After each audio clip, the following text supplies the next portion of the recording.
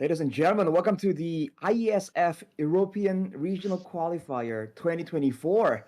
Going to be an exciting day with three best of threes, and accompanying you today for all three matches is going to be me, Arashi, and I'm joined by Burger Kim herself.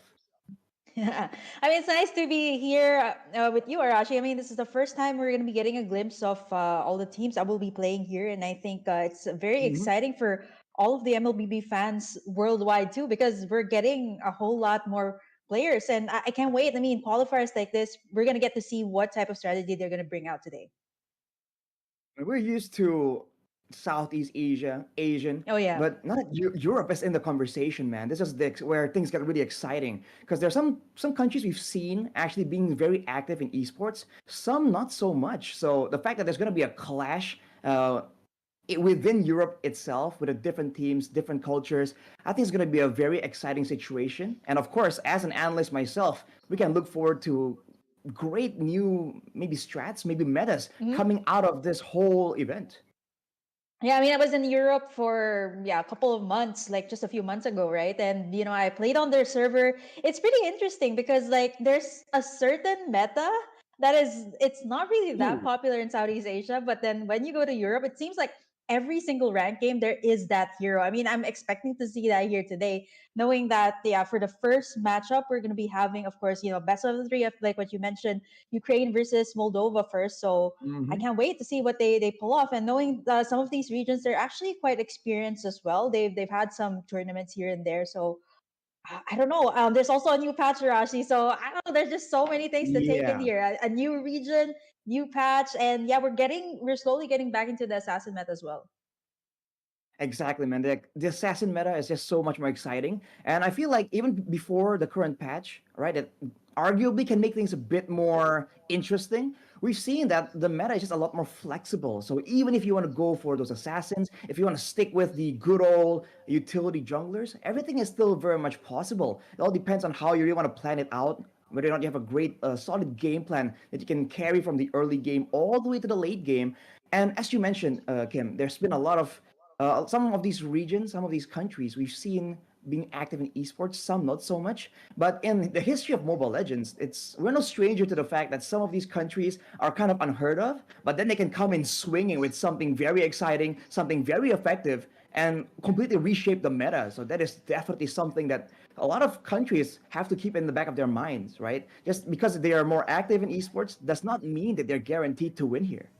Yeah, I mean, I've been lurking in the MLBB Discord. If you guys are there, I mean, I'm there frequently. Like, I get like, people who are talking about like, okay, there's actually a server for this country, and they have a lot of active players. So I'm so surprised, and I'm actually so happy for MLBB that it's growing this fast, and I think hopefully, by the next few years we get to see some of these countries, right, starting with the European region. I think a lot of people are also looking forward to this because we've seen a lot of like Southeast Asia, North America, right, has been quite visible in the big tournaments here and there for MLBB. But for Europe, I can't wait, right? Like we're seeing different names here, just to name a few. Like we got Ukraine, Moldova today, like I mentioned, Turkey. You got Slovenia, you got Serbia and Spain as well that will be competing later in this BO3. And talking about a BO3, Arashi, there's just so many things that can happen, right? Like getting the momentum in the first game and then eventually just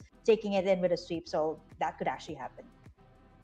A lot of teams definitely have to keep in mind, right? It's a shorter time frame. Best of fives are great and all, but with a best of three, we get in straight to business, man. All these teams understand the importance of that first game win and how much more difficult it is to try and get that victory in a reverse sweep fashion. Of course, some teams may be slow starters, but especially for moments like this, that's where the maybe pocket picks, the secret picks that they have at their disposal need to be shown a lot earlier. So that is definitely something we can look forward to. And with the new patch, man, like you mentioned, I am curious to see whether or not there will be some changes in playstyle, especially in that mid Mhm. lane, right? Being a Oh mage player yeah. myself, I think there's a lot more potential right there. And with the mid lane just being so much literally in the center of all the action, if the mid lane changes how they play, it kind of affects the rest of the map as well. So I'm looking forward to that lane in particular, personally. Mhm.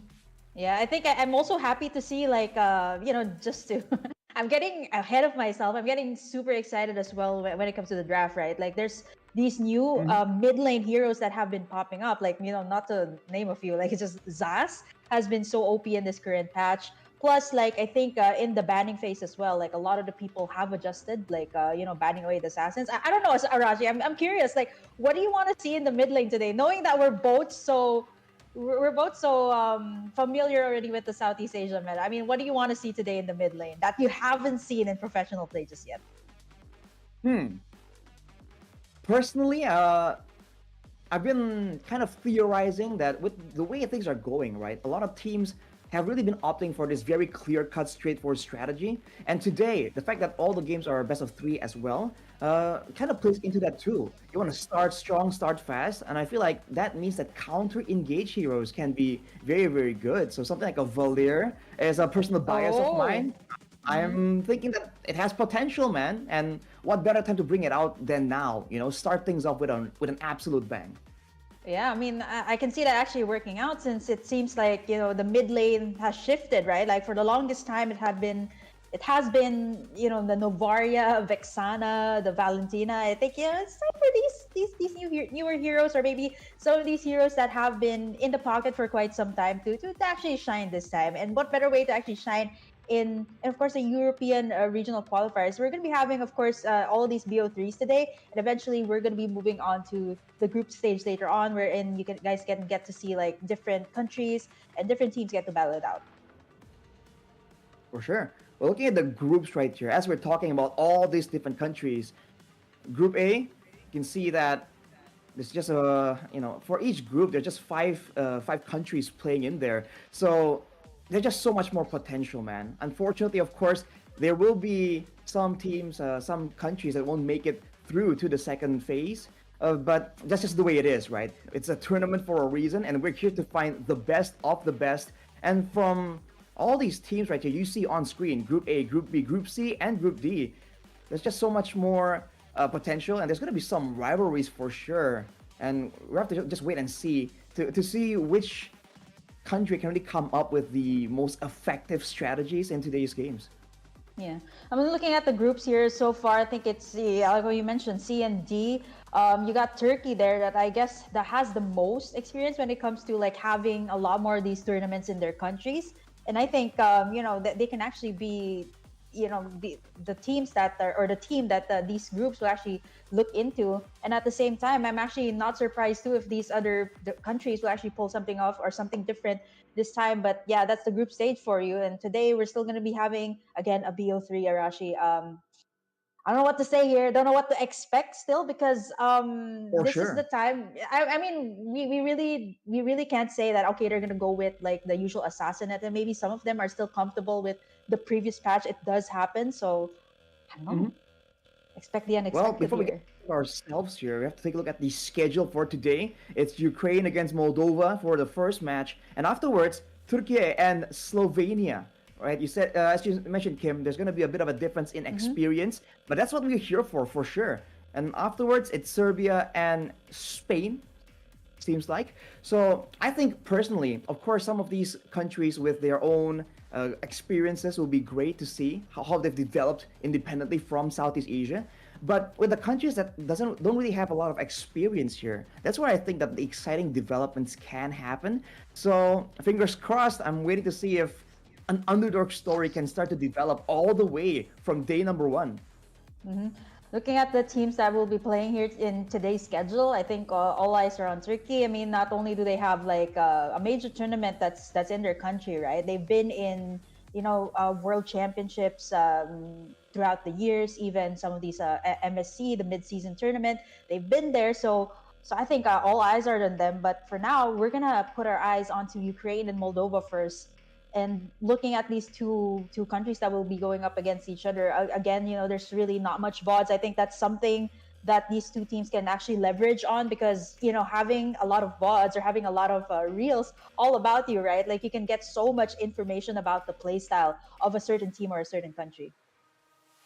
I'm curious to see Moldova, right? It's a country we don't really Yeah. see too often when it comes to esports. Ukraine, on the other hand, we know that they have technically some experience when it comes to esports overall. But for Mobile Legends, I think we've seen them on occasion as well. So as we mentioned, there's going to be a bit of a contrast here. So I personally always have my eyes on the lesser known, right? Being an Yeah. analyst, it's all about looking at the knowns, as you mentioned, Kim, the VODs, the replays. For Moldova, not too much of that. So I'm definitely trying to keep an eye out for maybe some kind of some kind of hints on how they're gonna play, what kind of heroes maybe, what kind of play style, all the way from the drafting phase, right? That's where it all begins. Yeah, I mean, just a little trivia for everybody here. For Ukraine and Moldova, they're actually right beside each other, like a little geography lesson there. And I think with countries that are so close to each other, like you and me, right? Like the Philippines and Indonesia, like we have Yeah. pretty much a very similar meta, right? So I'm not surprised if these two teams are gonna have something similar, or they're gonna pull off something similar since they're playing on either the same server, or maybe even Ukraine would play on Moldova server, or vice versa. So yeah, I don't know. I'm expecting to see something like that here. Well, we can see a lot of similarities, or maybe one of these countries will throw a curveball, right? And just maybe adopt a style from somewhere else that's just very unexpected because they know somewhat of each other's playstyle. But looking at Ukraine's roster here, we have Wenz, Freestyle, Sensei, Macaron, and Vlado C Cutie, if I say that correctly. Ooh, there's also a cutie here in Ukraine. I think yeah, we got all of that right. Like very interesting names Mm-hmm. here. Some kind of like similar to the IGNs that we've had here in Southeast Asia, but Ukraine, like what you mentioned, right? They've had tons of experience, and this is the team that they will be having today. I'm not so sure if they have like a six-man or they have some other players there, but this is going to be the team that they will be fielding today, and hopefully move on to the next round. And speaking of that, Ukraine, we're going to be seeing also the lineup that Moldova will have here, and it's gonna be Bella Chow, suspicious Owl, and I'm okay. This is something I was asking you, or actually the production team. How do you actually read this? If you guys know, if you guys are friends of Arthur, please let us know how to read his IGN. But for now, we're gonna call him Q. You got Yoshimitsu and Espresso. I do need that right now. You need that as well, Arashi. We're gonna be having a very long night here for our Mm-hmm. BO3, and that's gonna be our lineup for Moldova. In our time zone, we're going deep into like late night Oh territory yeah. here. But of course, over there, things are all peachy, exciting. And for Moldova, man, I mean, some of these names are just somewhat familiar, and I think it makes Mm-hmm. for a very interesting dynamic, right? Espresso and Yoshimitsu. This is something that we can recognize technically. But for Ukraine, I mean, we saw earlier freestyle, right? And that's a very cool name because, especially in Indonesia, I don't know about the Oh Philippines where you're yeah. from, Kim, but in Indonesia, when someone is so good with their hands, and they can do crazy things, high mechanical plays, they refer to that as like a freestyle play. So Oh with a yeah. name like that, we have expectations, man. We have to see if he can fill those shoes. Yeah, yeah. Speaking of the freestyle, I think it's also a very big thing here. Even with our content creators for MLBB in the Philippines, like there's this content creator called Karax. He actually coined the term Yeah. freestyle Bruno Mars because like he does all these like crazy plays with the Bruno and the Mm-hmm. Gadot Kacha that he's actually well known for over on Oh. social media platforms. You guys can actually check him out. I'm not so sure if he's still streaming, but yes, he's actually well known here in the Philippines. So I don't know. Maybe this guy actually has his own signature hero. We're gonna have to find out actually in the phase. And since this is a BO3, not a BO1, we're gonna get to see if that is actually a comfort hero of his. Right. If it is a comfort hero, definitely it will show up a lot earlier, I think.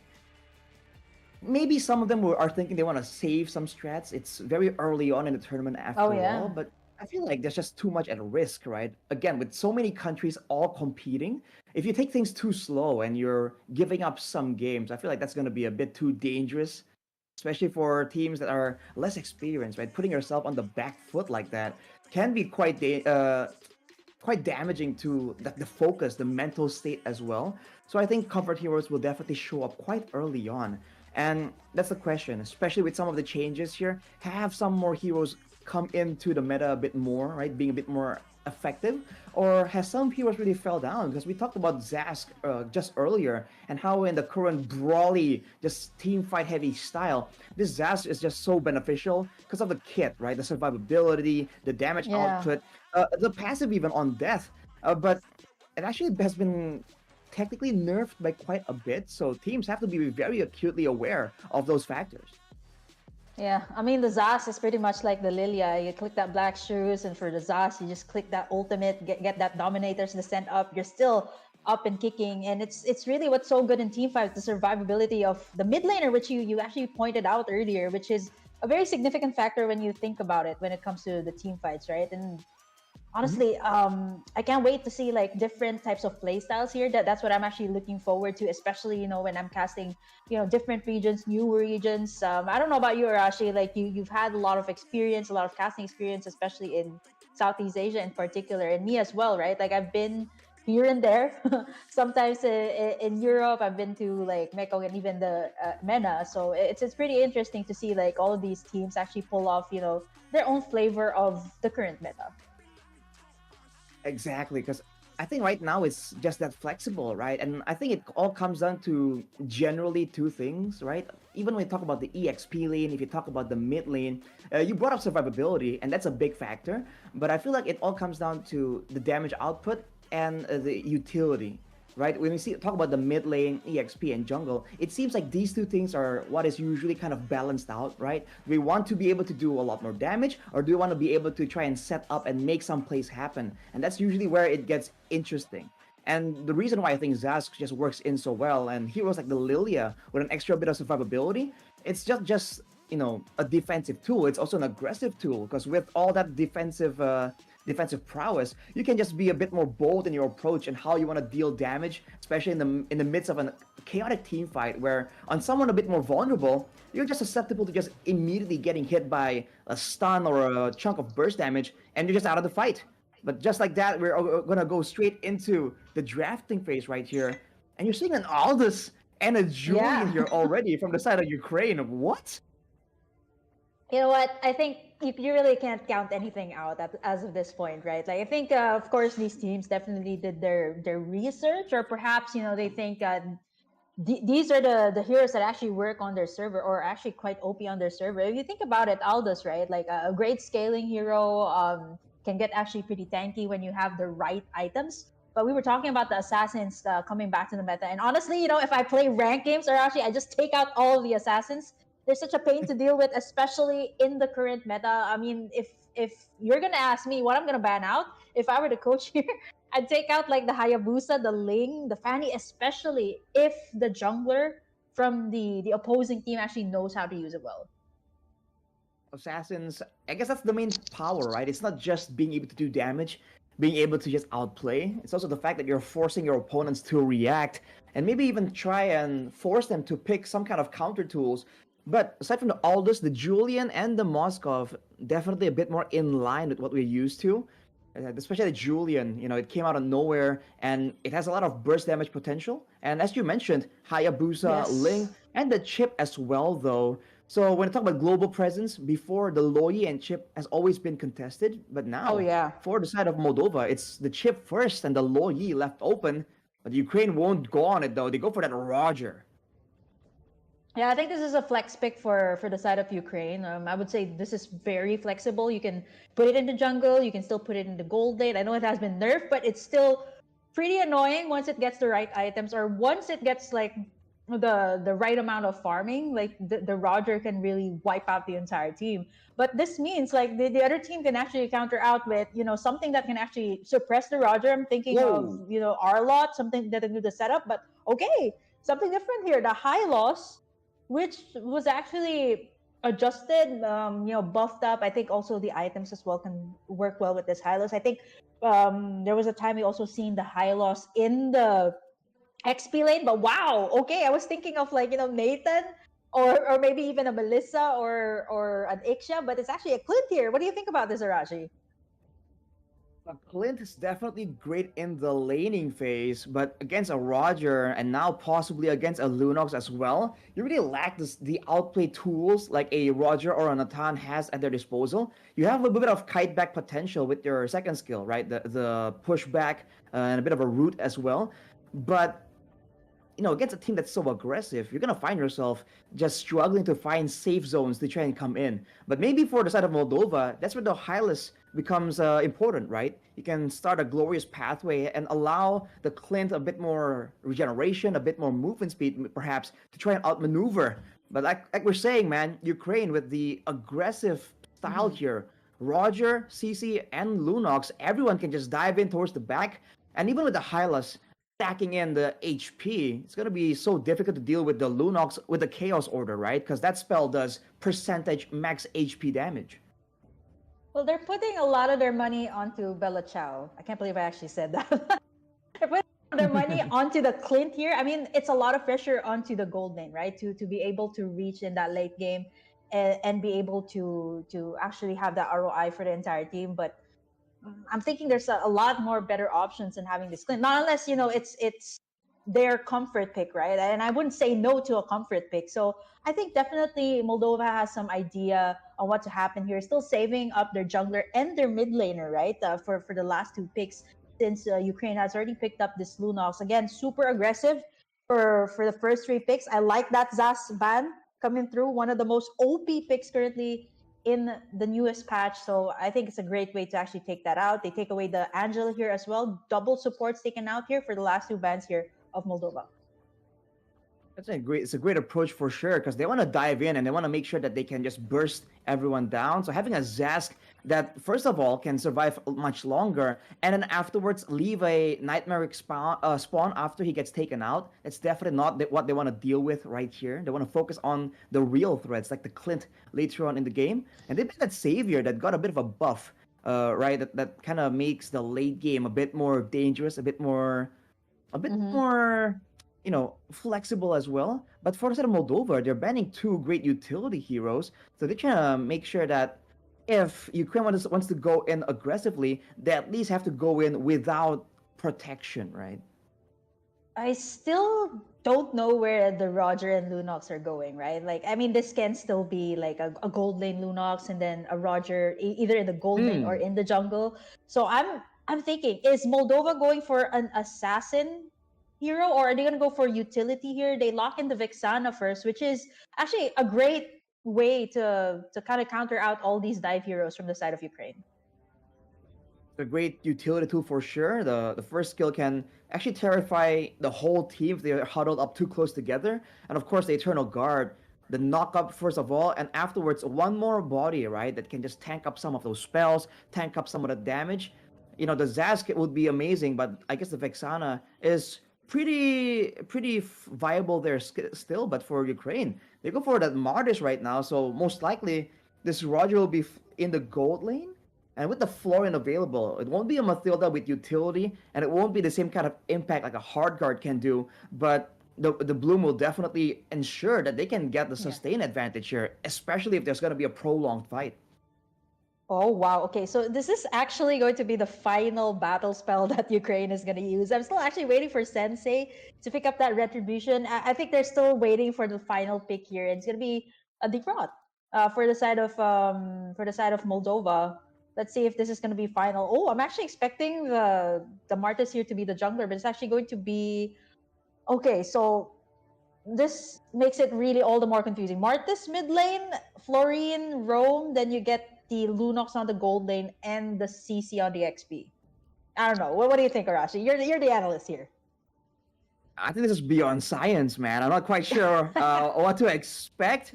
But in theory, this just sets up Ukraine for a very aggressive, just roaming style, constant fighting, most likely, all over the place. And with the global presence that the Florin kind of gives towards this composition, I guess it makes sense that they want every single player on their team to be able to just go in aggressively independently, and then the Florin can just wait and choose for who will require it. And that will force Moldova to be a lot more reactive and perhaps spend a lot more of their battle spells or their cooldowns preemptively.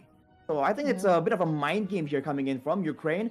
for the side of Moldova, I think they got to be really careful about that mid lane in particular. Because if something comes in, just the slightest bit of intervention comes in from the jungle, with a mid lane Martis here, it seems, that's going to be a lot of damage, especially in the early game. And the Vexana can be very vulnerable, especially before level 4. Yeah, you can for Ukraine here, they can totally be so aggressive here in the early game. I mean, you got a Martis, you got a Florine, and you got a Roger. What more can you ask for? You can be super aggressive here, especially when it comes to like pickoffs, especially right before the turtle. I mean, I think for Moldova, what they have here is the high loss, right? Somebody to actually protect these damage dealers before they actually get their items. But right now, we see a lot of pokes from both sides. No one has the upper hand just yet. Moldova has a bit more presence to go in for. Sensei trying to lead the charge, gets chunked quite heavily, but the little falls into the hands of Ukraine still. Seeing the pressure of this mid lane Martis. I guess he's the one face checking, and then the quote unquote support can just heal him up in the midst of these engagements. That seems to be the game plan they have right here. But for both teams, we haven't really seen a lot of big movements, a lot of invasions into the jungle per se. It's all revolving around this mid lane here. Oh, but it seems like it's going to be engaged here. Markon going to be able to draw in the first blood from the side of Ukraine. Man, I was expecting that. I mean, if you get 3 heroes hiding in a bush right there, you know that chaos is just about to ensue. And just there, Ukraine getting in the first blood. This will actually give them some upper hand, especially on the positioning in the turtle as well. On the other side, in the gold lane here, we're seeing that the Clint is doing pretty well. I believe his laning prowess was kind of buffed in the last patch. So the Lunox will definitely need a bit more time before he can really try and bully. But the fact that, for now at least, Ukraine can just nuke down the Hylas that's supposed to be this tanky, massive front line with the Vengeance even, I think it's going to be a big warning sign towards Moldova to try and maybe go for trades, go for exchanges, and avoid going for an all-out fight here. Because, you know, with the Roger available, with the Martis as well, there's a lot of chances for Ukraine to just get one kill and then just go and start snowballing. Yeah, wow, boss. Gonna be forced to use that Black Dragon form, but to no avail. Sensei gonna be use that Decimate to take him down. But on the other hand, though, flip side, Moldova is gonna actually be able to steal away that turtle from the side of Ukraine. Great play from Ukraine to just go for the pick-off first. That's a bit of a standard we've seen in recent times, but that's a great response as well from Moldova. But now look at the top side, Yoshimitsu once again, glorious pathway. Oh no. Forced to flicker out to safety, but you know, that was just saving the lives of the teammates here of Moldova. But right now, without the ultimates, I think Ukraine can actually just go for it. They know they have that information right now, but how do they use it? I think they want to sandwich Bella Chow here on his lane. They're certainly looking for something a bit more aggressive. They know they're working against time right here because they do not have a marksman for the late game, and you know the gold laner is a mage. So technically, they do have a good balance of damage, but overall, they don't have the same kind of range to play around with to try and output that damage the later the game goes. They can circumvent that by going for just aggressive dives and trying to make sure that Bella Chow can't play the game. But for now, they're still just trying to find ways to try and orchestrate a dive. Q gonna be forced to use in the ultimate. Sensei is gonna be first one to fall, and now Yoshimitsu gonna go for the chase. Glorious pathway not gonna be enough, as the side of Ukraine will be able to safely back away. A great play by Moldova here to just really get the advantage, even though on paper at least, Ukraine is supposed to be having all the control. But they gotta be a bit more careful, I would say, because if you look at the situation here, yes, they're kind of still somewhat hanging in there when it comes to the gold lead, but Macaron on this Roger is just farming up a storm, and he's relatively untouched. Moldova is spending so much time here trying to react, trying to stop the aggression, that the Roger hasn't always been present, and he's just being able to farm again and again. You just called it Arashi, and here they are. They're going to try to go for the invade. Glorious pathway has been casted here by Yoshimitsu. I don't think they want to let Ukraine near that purple buff. And with that Eternal Guard, wow, look at the damage coming out from Valdo. Serbia to take down Suspicious Owl, and now Sensei gonna go for the Decimate. Bella Chow, the first one to fall, and next comes Yoshimitsu. Will he go for the triple? Actually, not enough time, but Ukraine actually gets themselves a good foothold here onto this turtle. That's unfortunate for Moldova, man. They try to equalize on the purple buff steal, especially if they're trying to force maybe the retribution to try and go for the turtle. But in the jungle, against so much AoE coming in from Ukraine and the execute, right? The reset coming in from the decimate, that's just an aggressive play. But look at this, Ukraine striking back immediately. Yeah, Macron still does not have that damage, knowing that the turtle will be the priority. Ukraine will just go for that as Yoshimitsu forced to use the glorious pathway out to safety instead. 6 points for Ukraine, 17k. As for the side of Moldova, they're actually really struggling and being very reactive to what Ukraine is just putting out. But so far, it's Ukraine that has the driver's seat. Not only do they have like at least like one, yeah, they have like one out of the two turtles that have spawned, and at the same time all their side lanes are taken care of. You're not feeling the pressure of that mid game, right? We talked about Ukraine having strong early game heroes, especially in the mid game. It becomes that much more dangerous. We saw just how much damage was available with the AoE and the resets. So now they're sticking together, but Bella Chow walks into a trap. Wow, the trap laid out there by Sensei, glorious pathway, and the light from Valdosi Cutie will be able to escape that one. They're just getting kills after kills here for Ukraine. What does Moldova need to do here right now? Because it seems like every time Yoshimitsu just lays out that glorious pathway, it seems like, you know, it is not to go for the engage, it's actually to counter engage from what Ukraine has been showing so far. He is brute forcing these turrets, but look at the response coming here from a boss trying to go for an engage to try and equalize, but they have no crowd control tools available. You can see that Ukraine is going in and out of the fights whenever they want. They're just going for fights that they know they can win, and otherwise, Sensei? boom, they go for this. Yeah, Sensei gonna be able to take down Suspicious Owl, but the shutdown comes through. Macron trying to finish the job, gets a double kill from the backside, a triple. That with Valdosi Cutie as well, finishing it off with a killing spree. It's a wipeout for Moldova as Ukraine will go for the straight push.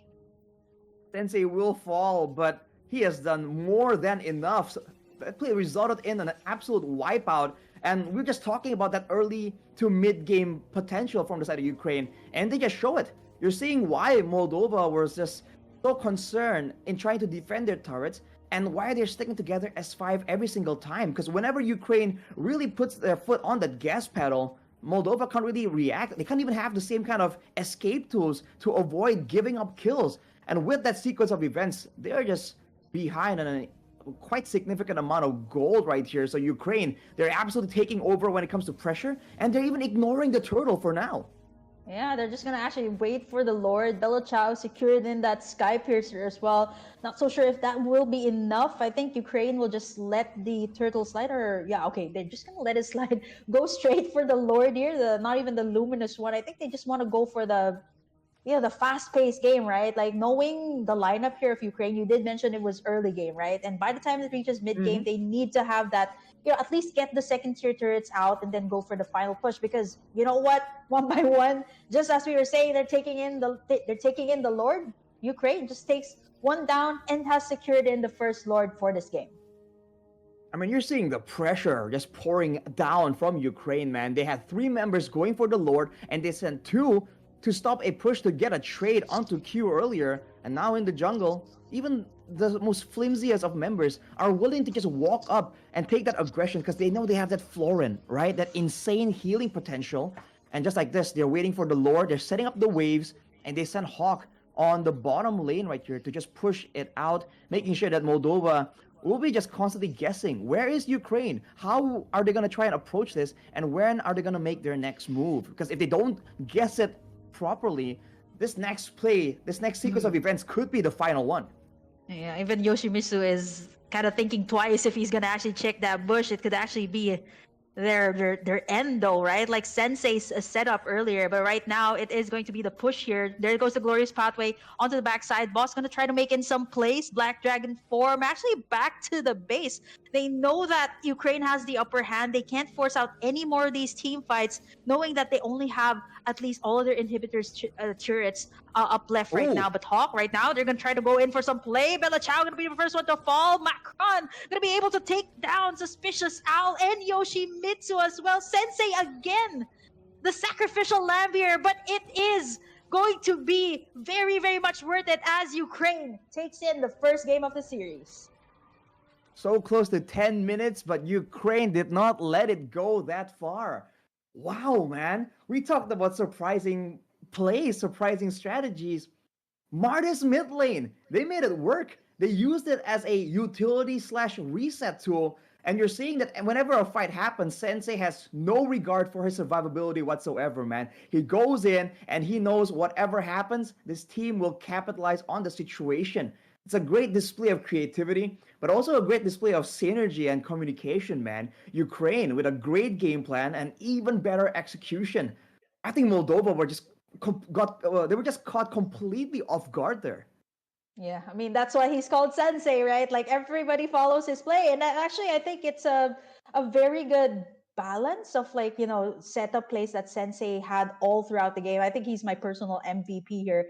That wouldn't have happened if Sensei didn't really lay out those plays with the Martis, right? Like if you think about it, their composition was running on a Florin, so there was really no one else to make the plays. I think I've seen a similar play, especially like in MLBB, the women's league in particular. You got the likes of Team Vitality actually picking up like a Terizla in the Right. mid lane. So heavy sustain, CCs and setups. It's actually really good for their side. But looking at the highlights here, Arashi, what can we actually say for the first few minutes? There wasn't actually a lot of invades. Like, there were attempts from Moldova, but it actually kind of backfired on them. Especially here, I think this was like the main turning point for the side of Ukraine. It seems like it was still kind of even, and they were still struggling to really find that snowball they really require. But from that play, they were able to get a wipeout. They were able to get the turtle as well. And from there on, you can see that even if Moldova tries to return the aggression, they were just unable to do so. And with the way the back and forth, you're seeing that they are forcing Moldova to use some of the crowd control tools. And afterwards, once they know that those tools are no longer available, they just go in ham. I mean, Macaron being a Roger, being technically a marksman as well. I know he's tanky still on the Roger, but diving Mm-hmm. under the turret 1v3, that's the kind of domination that he was having here because he was farming so intensively in the early game. So he was actually deceptively dangerous at this point in the game. Yeah. I mean, right after those setups from Sensei, there's nothing more I can say, right? Like, he really led the charge for the side of Ukraine, even though there were times that Moldova actually had some openings there, especially with Yoshimitsu's glorious pathway. But yeah, that's it for game number one. It's a BO3. So let's see who will actually make it up on top, because it is going to be Ukraine that is already on the match point here for the next game. For sure, there's going to be a lot of things.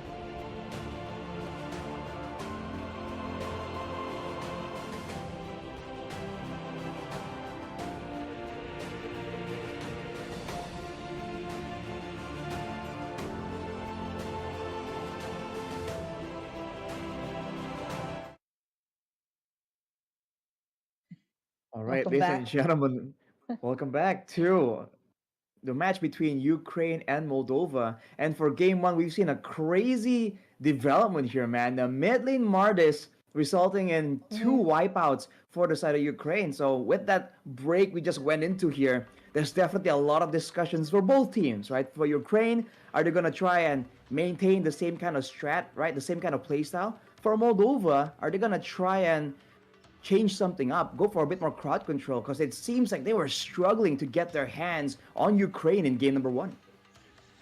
Yeah, I think Arashi was just way too stunned to speak there, still thinking about that last game. But yeah, I think for Moldova, I think they had an idea of what they wanted to happen right in game number one. But I think here for game number two, especially since this is already going to be the match point for Ukraine, I think they have to pull all of their cards out, right? Like apart from like Mm-hmm. comfort picks, they have to kind of find a way to engage. There was they had tools to engage. They had the high loss, they got the Yuzong, but right after that, it seems like they were kind of hesitant on going on those engages, whereas Ukraine was a little bit more confident on taking those risky type of plays, and they were able to actually make it or pull it through and get game number one. I think it's also the fact that the synergy between the for both teams are quite different because for Ukraine, whoever goes in first, it doesn't matter, right? Everyone can just dive in. We talked about this from the first three picks. It's a very dive heavy strategy, and more than anything, it's a lot of AoE as well. So it's a great mix of AoE, of crowd control, dive movement, but also reset. So it just makes for a great combination, especially in the early game, right? We talked about the maybe the downsides being that late game situation where the Roger maybe isn't exactly a DPS machine like the Clint could be. But for the side of Moldova, man, you see that whenever they do get some kind of engage with Eternal Guard, they're struggling to try and follow up with it, right? And more importantly, follow up with it while still maintaining their backline. It seems to be really the main issue there. The backline not being able to move forward with relative safety, even though they do have Yoshimitsu on that Hylas, right, being the main front line. So I think synergy-wise, it could be improved as well. But we're seeing a switch right here. It's gonna be Yeah. Moldova going for the first pick. Oh, it's still going to be the Aldous and Julian ban here for Ukraine, despite the fact that they're on the red side this time, right? So this is like, I would say, huge respect. I mean, I don't know about the Aldous Mm-hmm. here, but I think it's a huge respect to the side of Moldova and even the Julian, which seems to be like something that they're very comfortable with, and Ukraine knows that. But this time, Moldova being on the blue side, they pick up the Roger this time, stealing it away from Ukraine. But this time, Ukraine can actually answer it out, right? Like having the Roger here as the first pick. There's just so many other things open here. That the link's already out, so I'm not so sure what they're gonna pair this up Ooh, with. Oh, wow, Edith this and Angela for the first two picks here of Ukraine. This is a very powerful start here from Ukraine, man. The Edith being so flexible and still so strong, because again, you're not really forced to itemize a certain way. Whatever kind of build you choose to go for, you're still gonna have that impact, right? That second lease at life with the Primal Wrath, the engage potential, the counter engage potential as Ooh, well, and along with that, the Angela. For Moldova, they're doubling down here with the damage coming in with the Savior, yep. potentially expecting Ukraine to just barrel down through the lane the same way we saw earlier in game one. Definitely, the Savior with the AoE crowd control can be a big solution, but with an Angela in the picture, man, I think it's going to be a bit more difficult than they expect. And they take away the Yuzong, great laning potential, but also a great combo with the Angela. But whoa, Ukraine. Yeah, wow. I was thinking of like other assassins are still open, right? Like Hellkirk or the other assassins are still up, but the Benedetta that still again these are super flexible picks coming out from Ukraine, pretty much like what they had in game number one, right? Like the Benedetta could still be the XP lane. The Edith could be a roamer or an XP laner. So again, it is still not clear what Ukraine's full lineup is going to be, still saving their damage dealers for their final two picks. But this means Moldova is going to have that chance to ban those picks away. And for Ukraine, I think you can really read into their mindset right here. They want to be able to go in aggressively like they did in game number one. And the fact that they have a Benedetta here and they ban it with the Franco and the Moskov, they're trying to limit Moldova's options on stopping these really high mobility, high mechanical plays coming in from the Benedetta, most likely. For Moldova, again, now you have two heroes that can just go in aggressively, but then the savior is gonna be left behind quite far. Maybe he can still be relevant in the fight with the dawning light, but chances are he's gonna be hunted down, man. Yeah, I mean, there's so many ways to take down the savior. I mean, immediately when that was picked up, Ukraine was like, okay, let's go for the Benedetta, somebody that can take down the back lines. But they do have, the Yuzhong as well that is something that they have to deal with as well with their backline damage dealers. They still don't have their gold laner here. Earlier, Ukraine again went for the dive kind of setup, like the Lunox, the Roger. These are pretty much heroes that can protect themselves. So I'm not so sure what they're going to go for. They're still going to go for the same thing because the Lunox is still pretty much open here. And with these first three picks of Ukraine, it seems like I was thinking of them going for more magical damage, but they lock in this Claude instead. A marksman that has a lot of mobility. A lot of mobility and great synergy with the hard guard, right? Blazing duet, battle mirror image, hard guard combo could be lethal for this composition from Moldova because they're all relatively short range. The Roger, even with that long range kit, is still gonna be up close and personal. And on the topic of magic damage, usually when you see an Angela, you do want a bit more. But perhaps for Ukraine, the fact that they have this Edith, right? Once again, Yeah. with just providing so much for the team, the Primal Wrath can just supplement that magic damage if they're really forced to rely on it later on in the game. So a lot more flexible, a lot more options available for the side of Ukraine for sure. There's a lot of control here for Ukraine if you think about it, right? But speaking of Whoa! whoa, is that right? It's an Alucard and the Minotaur and Ukraine finally locks it. Okay, this is one of my favorite OG combos. I mean, we've seen several Angela combos, right? Angeling, Angela Roger, but this is, if you guys know, you've been playing MLBB since the time it started. This was the OG combo, the Leomord and the Angela. I'm not surprised that this is actually coming back since the Leomord can benefit from the Sky Piercer. Definitely going to be a bit more difficult. Now you really worry for Moldova, right? The fact that they were confidently picking up the Alucard, I guess they're trying to maybe mislead. They thought that they pulled a quick one here, pretending that the Roger was going into the jungle and then showing the Alucard. Who would have thought? But now against a Leomord, again, a fighter, right? They can just brawl it out. They can be a lot more aggressive. And on top of that, with the support of the Angela, this means that the early game for the Alucard could be quite dangerous here, precarious for the side of Moldova, man. They need to make sure that they have adequate protection. And considering the fact that their roamer is a Minotaur, it's great help in the middle of a skirmish, right? Card control as well as sustain. But overall, not a lot more damage to trade back against Ukraine. So we have to see how this dynamic really fits in the early game, especially if Ukraine wants to try and use that level 4 power spike or the early game level 2 spammability of the Angela to really try and take control of the game early. Okay, this time Yoshimitsu is on a Minotaur, so this has a lot more CC than the high loss that kind of just more of aids your entire teammates, right? But speaking of the pokes here, this time Sensei is actually going to be playing with a hero that has a very different playstyle from what he actually had in game number 1 here. And so far, Ukraine, they've done this several times, and with this hero composition, they can pretty much dominate with the pokes here in the early game. Here we see the early game pressure now. Petrified from Hawk, though, going for a kill.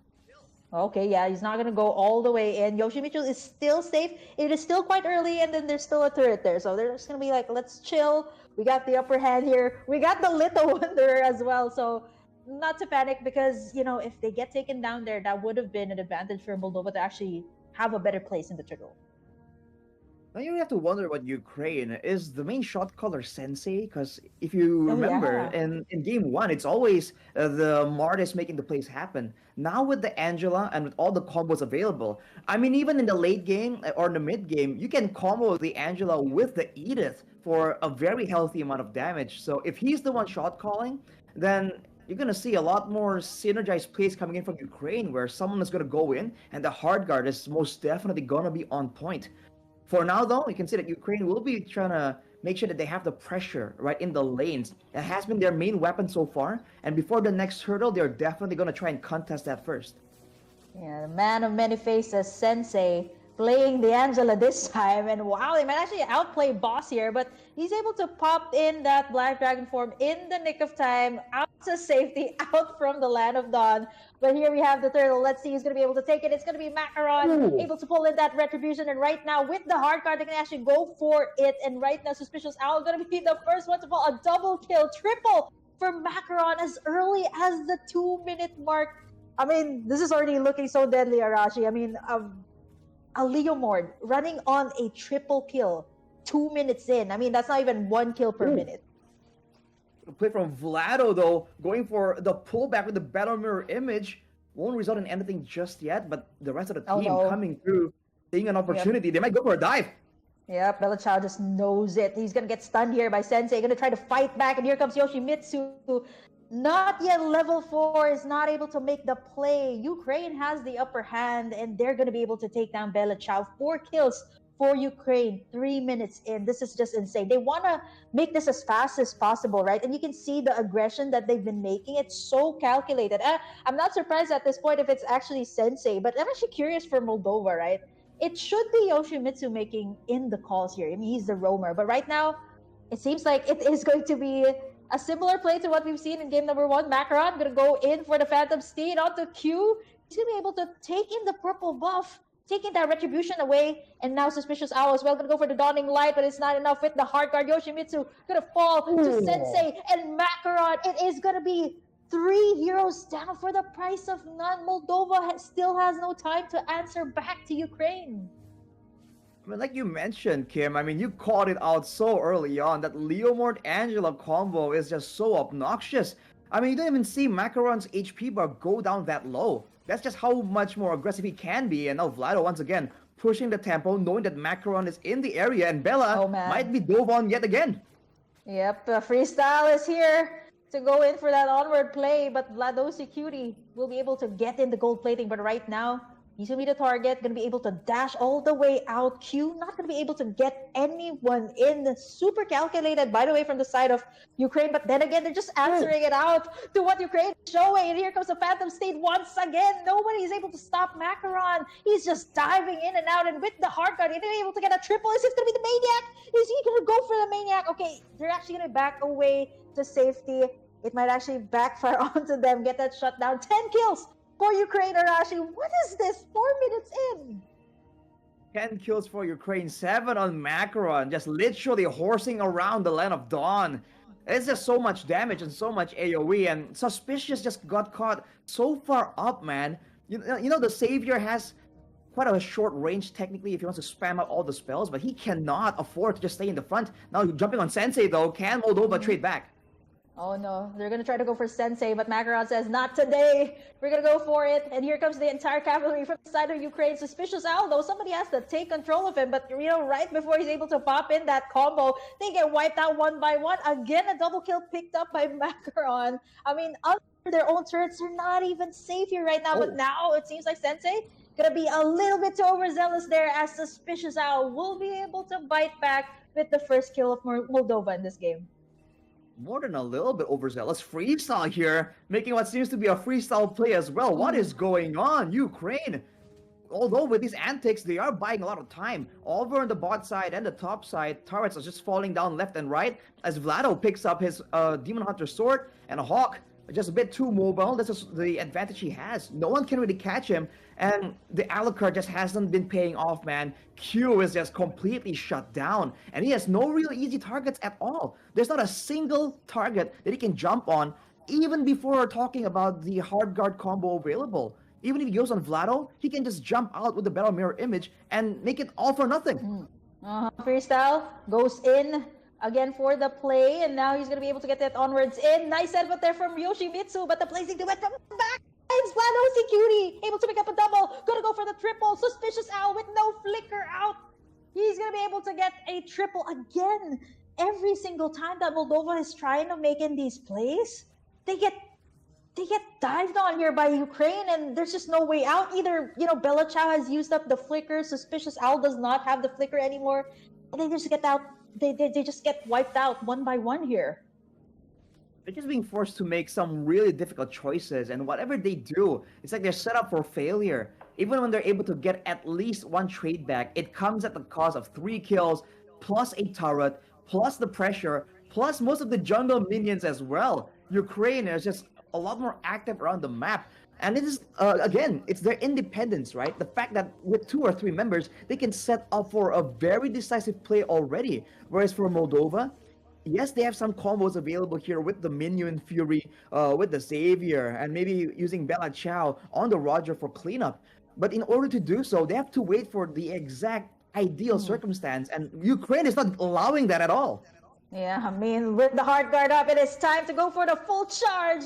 And that's going to be Yoshimitsu not even going to be able to get in that play. They do take down Hawk, though, but Macaron is still on a rampage. Include the Blazing Duet there. It is just too much to handle here for the side of Moldova. Again, 3 members down. Honestly, at this point, Arashi, if I were Moldova, I'd kind of back away if the hard guard was up, especially onto Macaron. They haven't even shut him down here at this point, and it's looking so deadly already. 21 kills for Ukraine. I think this is a 11k gold lead for them. I'm not so sure what they need to do. I think the best way to actually kick back the gold towards their side is get a shutdown. But how can they do so? Macaron has been completely unstoppable in this game. They got somewhat low earlier in the base, and I think that's the only real way. If they can really wait for that base dive from Ukraine that they do impatiently, then maybe there's a chance. But for now, any fight they take on hostile territory without the assistance of a turret or the crystal just adding to their damage output, it's going to be way, way too difficult as Vlado goes in solo. Yep, I mean, with Sensei there backing him up, he should be able to be completely confident to take this one. Blazing Duet in, and that is going to be double kill. Once again picked up by Vladosi Cutie, but it's still not over. The hard guard is up. It is time to go for more, but the Blazing Duet is still not up. They are able to take down 3 members once again, and not to mention that they have the Lord to boot. I completely forgot that they got that one. And with the Petrify here from Hawk, Yoshimitsu goes in for the Minoan's Fury, but it's a wipeout for the side of Moldova. And I think this is it. Ukraine, they lock in the base. It is over. They take this series with a 2-0. An amazing, decisive, clean sweep. Both games not reaching 10 minutes, man. Ukraine are standing on business. And what a performance. Of course, Macaron does his thing, horsing around.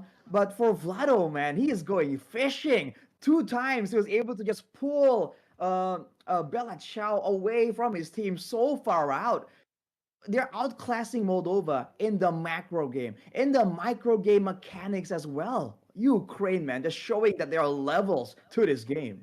Yeah, there's one thing I wanna actually put it all together and just say that Ukraine, they are all in for these risque type of plays, and they definitely pulled it off. I mean, if you're not that confident, right, like you aren't able to put out these types of plays. You've seen it in game number 1, and every single time that there's a hard guard, if I were Moldova, I would kind of back away to my tower. But at this point, right, even under their own turret, they are not safe from the havoc that is Macaron here with the Leomord at that.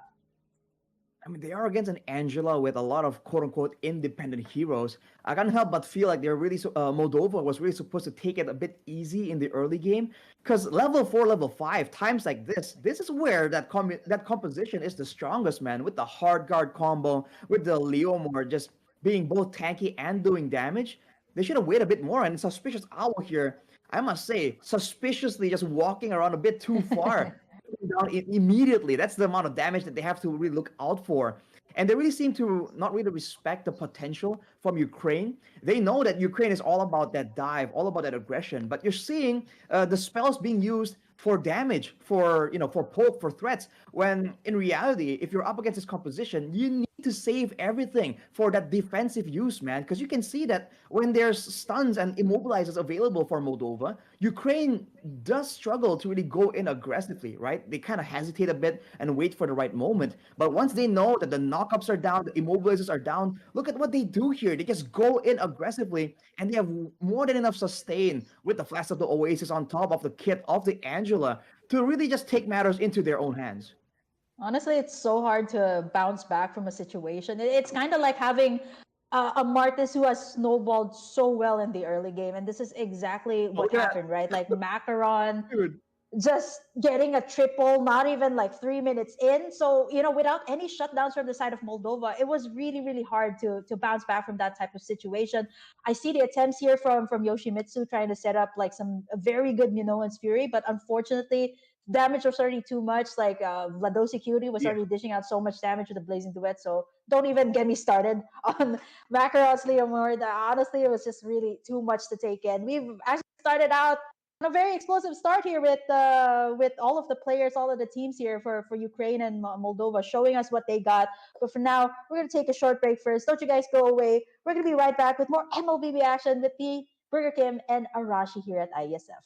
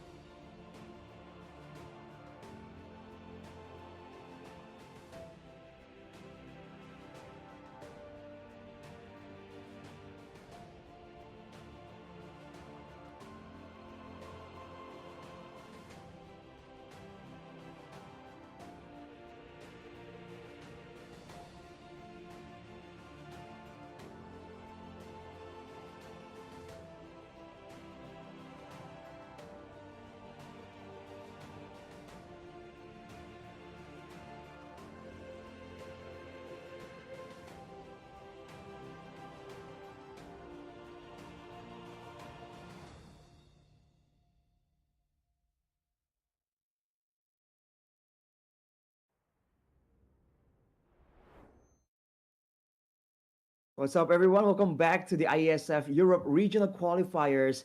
We have just passed match number one, and now we're heading into match number two. Still with me, Arashi and Burger Kim.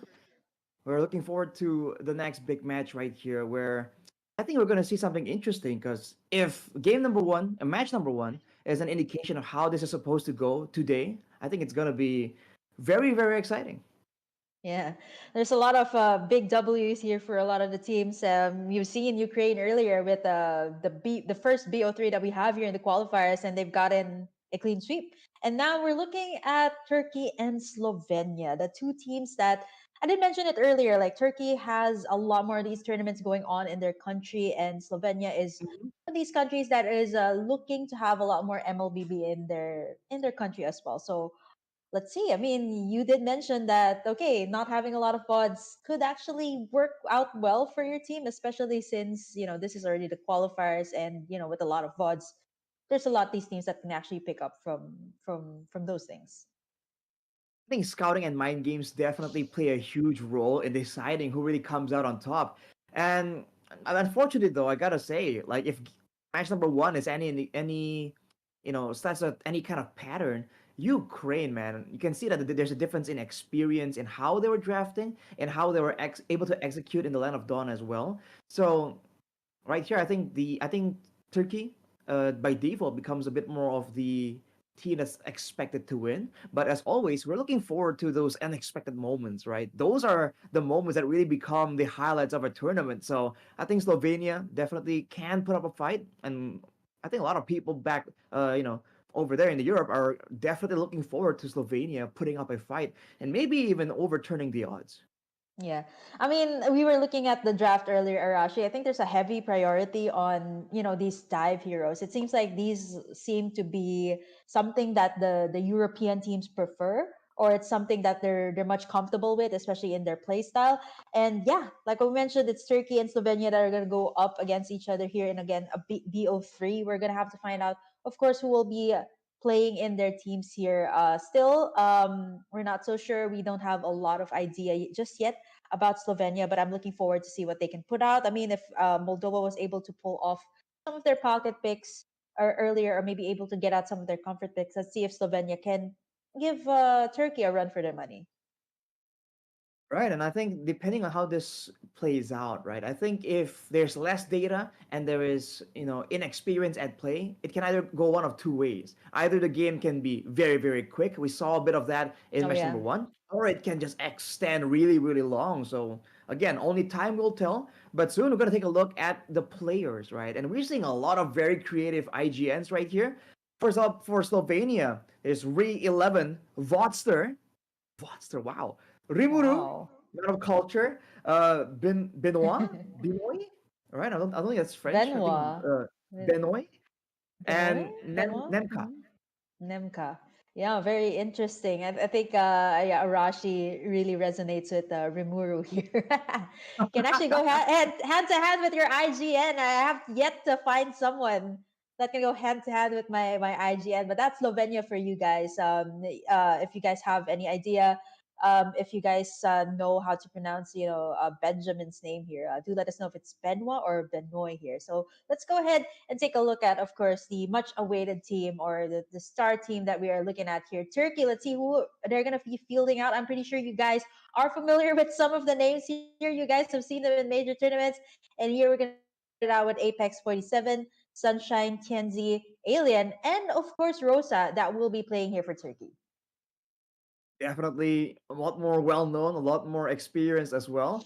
And like you said, Kim, they're just known for this aggressive style. And right here, it kind of plays in their favor. The fact that there's not much to go with. Sometimes when you overcomplicate things, when you're up against an unknown threat, that can make things a bit slower. But if you're used to just being by default this aggressive style, I think Turkey can really have a chance to just have a dominating performance like we saw in match number one. So only time will tell for sure. But I do agree. We need a bit more food-based IGNs here, man. You're looking kind of lonely over there. Well, I do have some of my friends who have food IGNs over here in the Philippines, but I've yet to see Oh, some. So some people over all around the world maybe having some food IGNs, but yeah, looking at the bigger picture here, we got Turkey, Slovenia. I don't know anything to expect, Arashi, since we've already seen a little bit of Turkey, a little bit more of Turkey, right? Like Rosa, especially one of the mid laners that has Mhm. risen in terms of popularity, especially after the plays that he has made, especially in the big or the world stage rather. So what can we expect here to see from Rosa here today, especially since you were highlighting a lot of the mid laners earlier today? I was very confident that the Zasks and the Yves, right? Some of these mages have just been buffed back into prominence. I was really confident that we're gonna be seeing a lot more diversity when it comes to mages. But match number one, we're just seeing fighters in the mid Oh lane, yeah. and for the most part, not really going as expected. So I don't really dare make a prediction, but I bet that the respect game is gonna be on point for Slovenia, right? This is one of their Oh advantages that yeah. they have in this matchup. They do have more, more tape to watch from the side of Turkey. I think for sure they will have to try and get some more insights right here. And like you said, Kim, like use that elusivity for their own scene to try and catch Turkey by surprise. Yeah, that's definitely something that they can do, especially since Turkey has been around for quite some time, and I think the names that I did mention, the IGNs have mentioned, right? Like to some of you guys who have been following the MLBB scene for quite some time, you guys are so familiar with them already. So you've come to love and know these players, and I think coming in here to the IESF qualifiers, I think there's gonna be a lot of respect fans coming through, especially not gonna Rosa, we're gonna have to see some respect bands coming through here, especially since you did mention that the mid lane is gonna be heavily prioritized as well. Hope to see a lot more Zas here. It seems to be something that I see a lot in rank games, but I'm not so sure if it's a rank game thing, Arashi, or is it something that you see in professional play?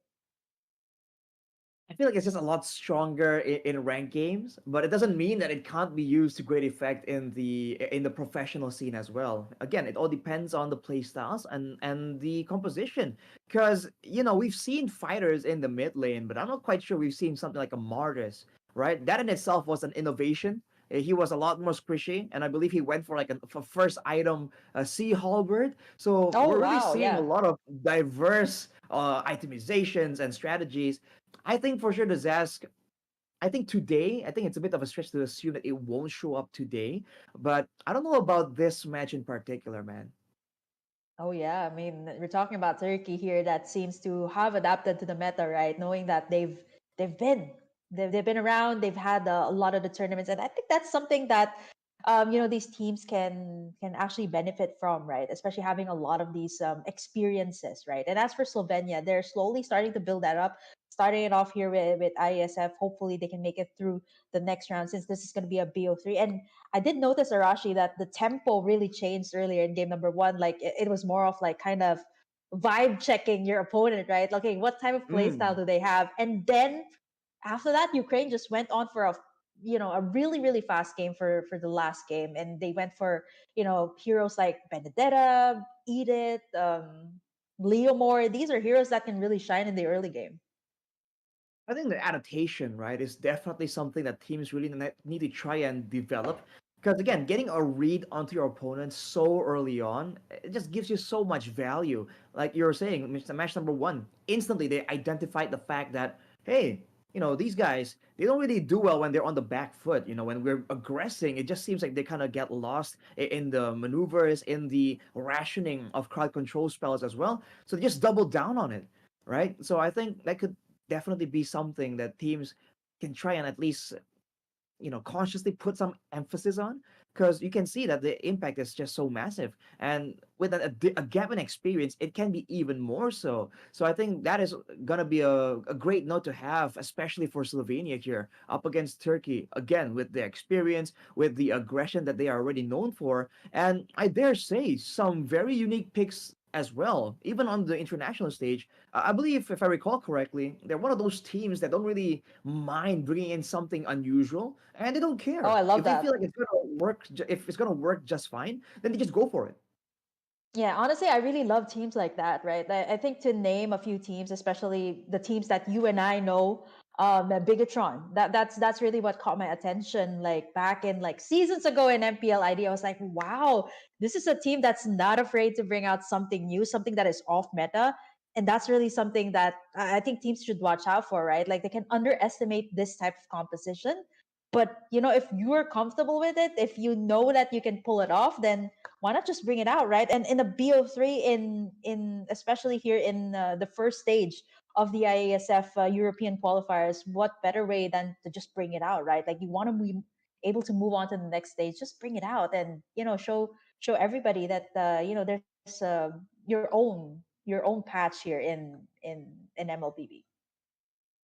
And especially with the first match being so decisive, right? It kind of sets the tone. Just coming out with a surprise pick in match one, it's a bit of a bold move for sure, right? It's less tested technically, it's less common, but at the same time, we talked about momentum, right? Like we saw in match number one. So who's to say that you can't come out with a surprise pick? You can catch your opponents off guard, and they wouldn't know how to play against it, right? Until like it takes a bit of getting used to try and see this hero with its own kit, its own weaknesses and strengths, and you have to process all that while still keeping your mind in the game. And once you have adjusted, then in game two, if it's already a 1-0, then you can just default back to the quote unquote more normal, more meta stuff. And at that point, you already have an edge just because you have already one score in the pocket. Yeah, I think everybody here, especially in the BO3, you just want to get in game number one. That's really what sets the tempo, right? It's harder to pull off that reverse sweep. It's not impossible, but it's just harder to pull off, especially when stakes are high in ERQ 2024 here. And I think all of these teams are looking forward to be a part of IESF this year, and this is their stepping stone. So hopefully we'll see something new. We're going to be seeing the draft in just a little bit here, Arashi, but you know what? I just want to say it's a breath of fresh air. Not seeing any Fredrins here today, not seeing any Oh, Barretts at all, right? Like, I mean, you know that very well. We've been seeing that in professional play, but yeah, I love seeing. I don't know. You did mention it earlier. Like, you love seeing like all of these assassins coming back, but yeah, I just love seeing the type of different type of tempo that we can see, especially here in MLBB here in this current patch. it's a very, very good point, Kim. I mean, the Fredrin, we have already Yes. moaned about this Fredrin pick so often, and we completely missed to highlight it that in match number one, most of those junglers weren't Fredrins, and that in itself is an accomplishment when in the banning phase it's also completely neglected. So either it's moved out of the meta, and if that's the case, I think a lot of people are very welcoming of that change, and we've seen enough Mhm. of it. And I think it's time for a lot of the more unorthodox junglers, because I really feel like with the way the meta is right now, this is the time to really bring out those weirder junglers, right? For the past few patches, it's always about the crazy, you know, the more surprising picks are always gonna be maybe in the roam position, right? But I think Yeah, now bringing out it's the jungler. crazy picks in the jungle, I think will be a great strategy. You know what? You know what's crazy here, Arashi? I I don't know. Like we're talking about like these heavy burst type of junglers, even the mid laners, all because of the new item that the Sky Piercer, right? And Right. I've seen a Yin in the jungle position, and it has great burst. I just don't know if it works out here. I've seen it in professional play twice. Okay, I've seen it twice, but I'm not so sure if I'm gonna see it here. I don't know. I was just putting it out there. Hopefully, I'll see it either from I'm not so sure from Turkey, but maybe countries like Slovenia, those developing regions when it comes to MLBB, they might pull off something like that. And I've actually seen it work out, and people put it out in the ban list already, like respect ban to a Yin jungler. We've seen it in, I mean, you guys have seen it in low ranks, epic rank, legend. It does work out sometimes even in higher ranks. It really depends if you're comfortable with the hero. I don't know. True, and it depends on the composition, right? When you need that isolation, I think Yin can be a great pick. And if you've been seeing it around to varying levels of success, it might be because of the new skin, man. The changes to the skins. Yin is one of those heroes that has been receiving a lot of really nice anime themed skins. So I think that Oh yeah. definitely plays a part in its popularity. But if you want an aggressive hero and if you really want to take advantage of the snowball, I think Yin is definitely a great option. So great point, highlighting that that hero, man. Because I think in Indonesia, in my own personal region, we have seen it on occasion, right? Mm-hmm. But it's definitely never been meta. I think Julian Oh yeah, is yeah, a lot yeah. more meta compared to the Yin, and we saw that being banned out earlier by Ukraine. Yeah, I think it's a lot more burst. I think it's easier, I guess, to work around with as well, especially in team compositions. We're going into the drafting phase here for game number one between Turkey and Slovenia. And looking at Turkey, the way this is going out, it's going to be the Harit and the Faramis for the first two bans, and the Ling for Slovenia. I'm not surprised if there are going to be more assassins taken out here. Not so sure if Turkey's going to go that route, like assassin jungler. Yeah, give Rosa something good to pick up here, and Alien as well. I mean, you guys know this, and they're on the blue side, so definitely they have the priority pick right now. They're going for the fairness initially. This is very, very early because usually, I dare say, you would kind of wait a bit longer for the fairness. Yeah. It hasn't really been as hotly contested as it was used to way back. But now they're banning with the fairness, the Terizla as well. So a lot of focus and emphasis in that team fighting from the side of Turkey. Whereas for Slovenia, here you see the Ling, the Chip. So they're the ones really aware of Turkey's potential to try and go for the snowball for that macro play. So that's an interesting contrast here from both teams' approaches.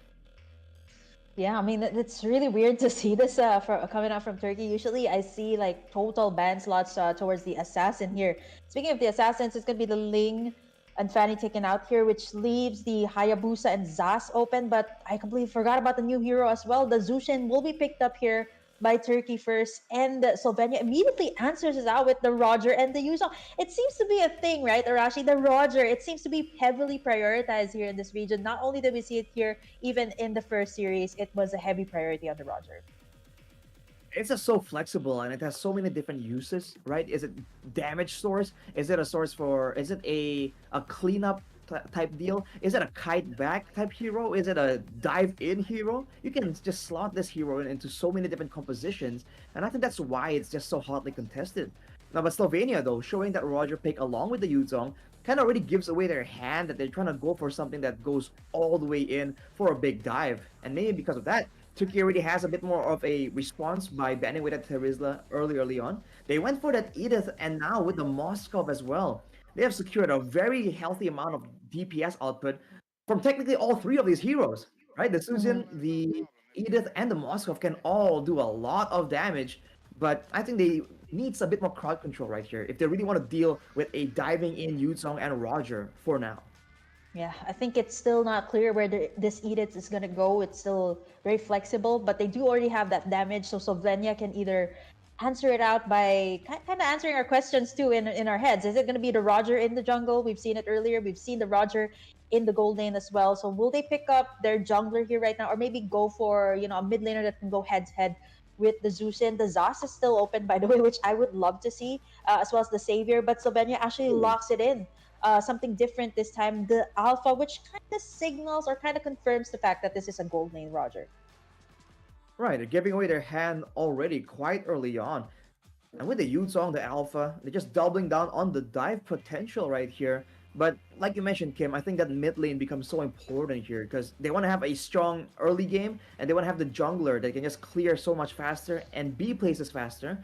But against the Sujin, there's not a lot of mages that can really match with that spam ability. Because if you guys didn't know Yeah. how the kit works, right? You can just blow through your entire mana pool, and if you land enough of the spell on the second spell, that you can just it kind of channels, right? If you can land that spell on heroes long enough, you can regenerate your entire mana pool. So when it comes to spam ability, this Tushin is definitely something that can allow Turkey to just have that prio in the mid lane again and again. You know what's the best way to kind of capture like Zeus's kit? It is kind of like a mix of I would say Alice and a little bit of like Valentina in her, like if you guys have tried her out, right? Like it's something like that.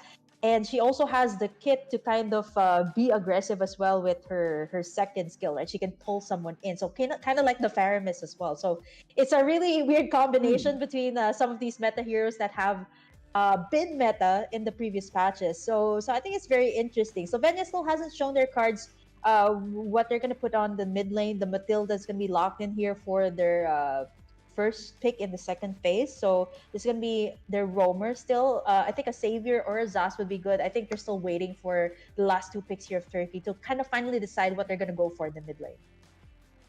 If they want to go for a Zas, they can. If they really want to double down on the fighting prowess, if they want to try and get some more prio, then something with more wave clear, I think, will be quite necessary. If they really want to make sure that the Matilda, along with the mid lane, can just come in together and orchestrate that three-man roaming squad that has been so much more effective in current times.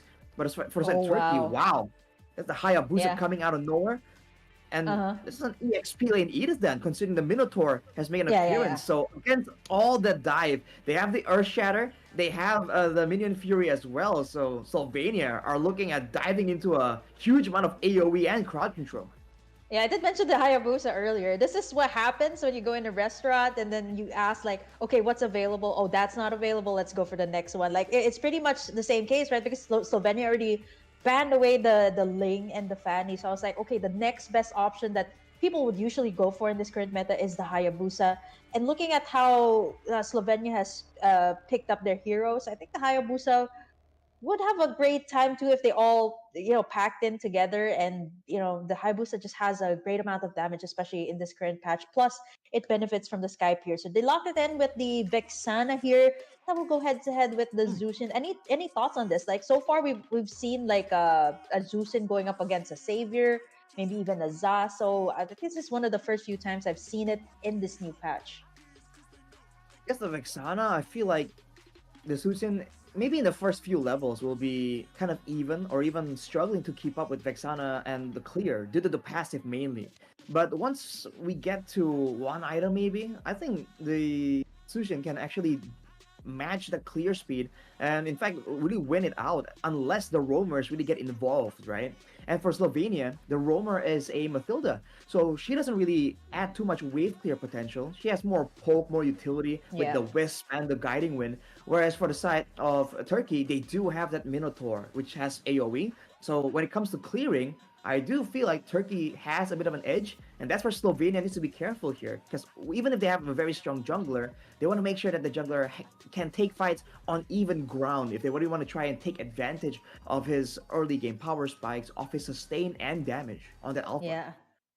I think what's really tricky here about Slovenia's lineup, it's a dive lineup, obviously. Then they got someone in the back lines with Rimuru's Vexana. But once you dive, right, if you make a mistake of diving a little bit too early, and then Apex 47 goes in for the counter setup, it's gonna be really difficult, right? Like especially if Re 11 has already gone out. But right now, you did mention about the poking.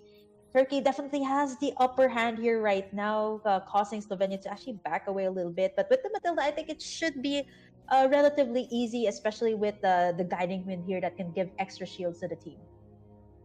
And for Turkey, they do also have a bit of an edge when it comes to small poke damage and just small chips of damage they can go back and forth with.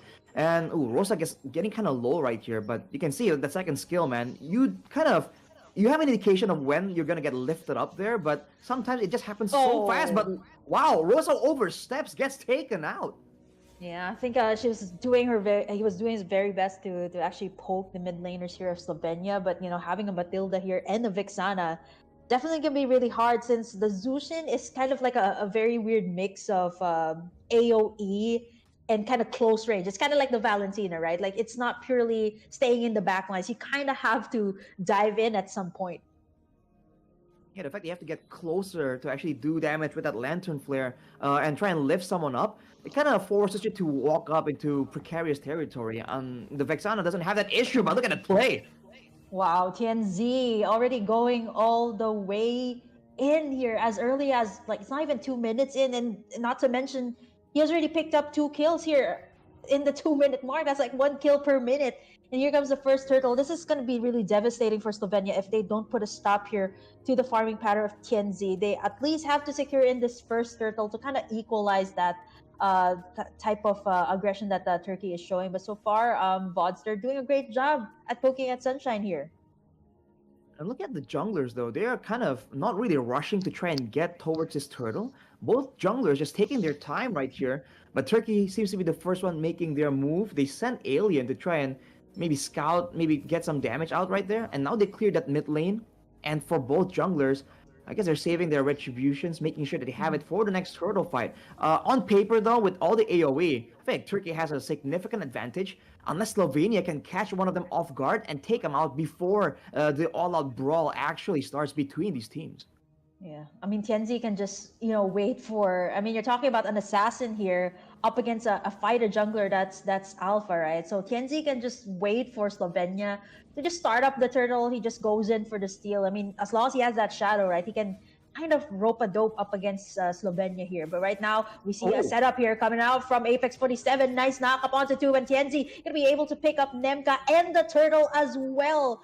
3 kills for the side of Turkey, all going to the jungler. And right now, they might actually get more. Benoit is the next 3 as well, forced to dash away as Turkey will be able to find that win once again. Great engage from Apex, and right here they're gonna continue going on Rimuru, taking him out. Mega kill for Tianzi, man, on the Hayabusa, starting very, very strong with a 4-0. Definitely looking to snowball a bit more. And if Turkey can really start getting the ball rolling here, they have strong, solid laners, they have solid late game, and they have the macro presence with the Spear of Destruction on Sunshine as well. Slovenia need to try and keep the snowball contained. Yeah. I think this is the same case as what happened in the first series that we've seen, right? Like, if a jungler just totally snowballs, it's going to be really hard to bounce back. But right now, Nemka going to go in for the Spear of Alpha, and right now, Rhea as well going to try to go in for a little bit more. But Apex 47 is just right around the corner and is able to save the life here as Sunshine. Not able to go for more as Alien as well, trying to force Benoit to actually back away. But Tianzi as well, being able to take away a lot of resources here, Arashi, from the hands of Nemka. So he's able to pick up at least like 2 purple buffs here. That's a big amount of pressure, but Rosa, 1v2 doesn't even matter. And now as Apex comes in, they're just waiting their time. But look at Nemka.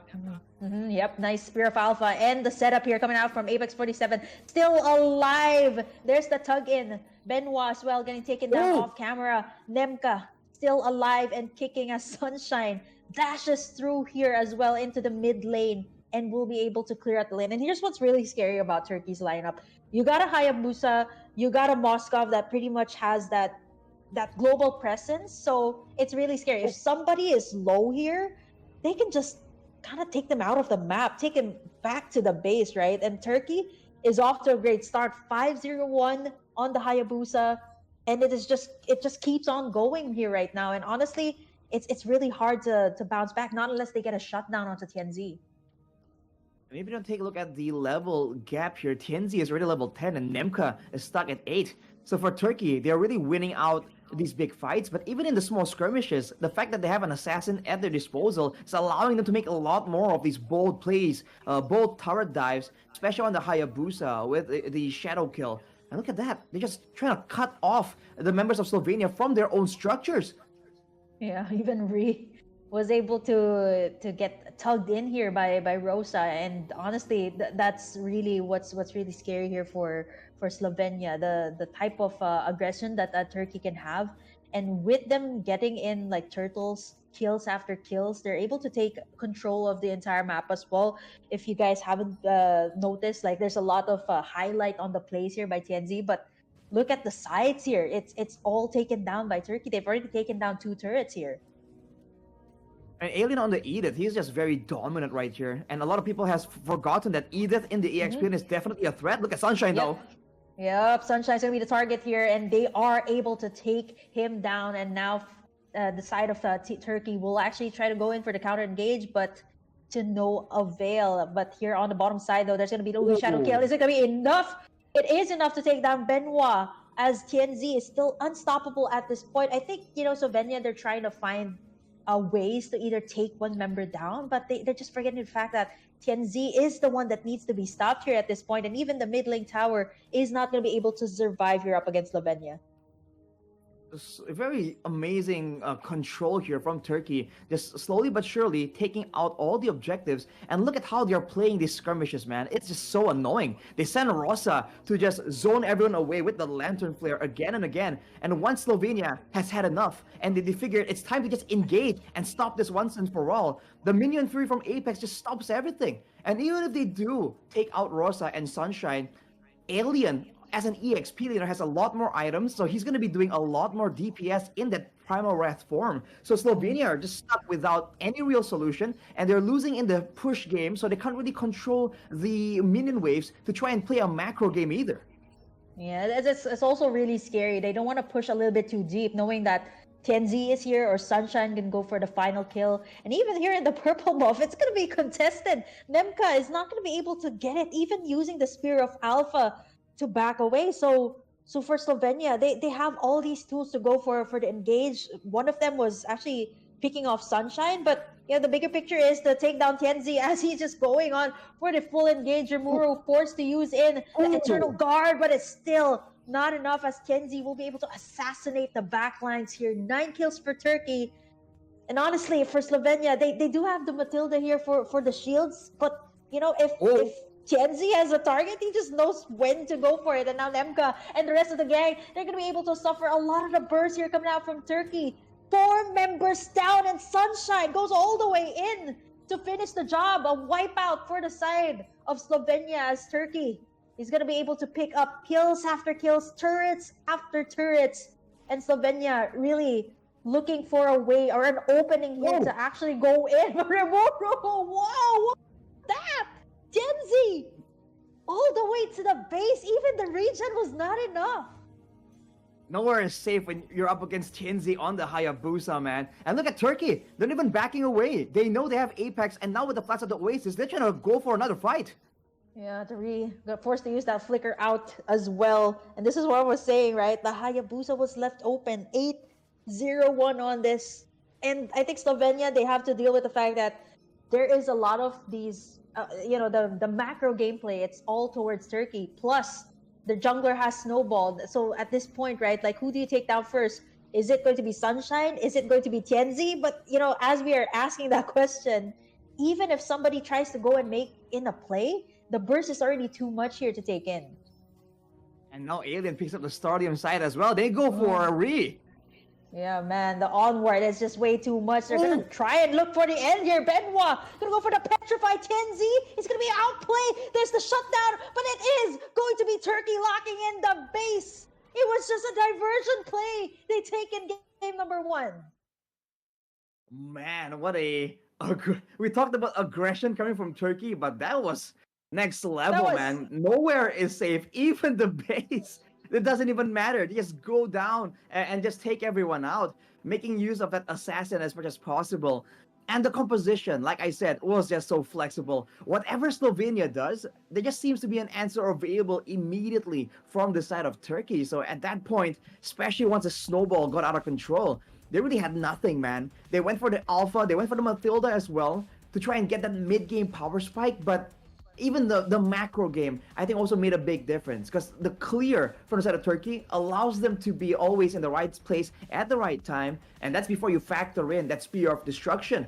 Look at the highlights here between Turkey and Slovenia earlier. Every time the fight really begins, of course, Apex can go for the initiation, but so can Alien, so can Tianzi for that matter. So everyone can play this mind game of like, okay, you're trying to save someone with a guiding wind, but who is it, right? They're gonna play chicken with you, and if you guess wrong, your whole team just pays the price. Yeah, it's kind of like that question: do I go in the carpool with you, or do I go in the guiding wind with you? Because once you click that guiding wind, right? Like you take your entire team towards the team fight, and it's honestly really difficult, right? You've seen several times that they got bursted down here, either by the onwards coming out from the Edict, and then Sunshine goes in for the final strike, or even Tianzi here.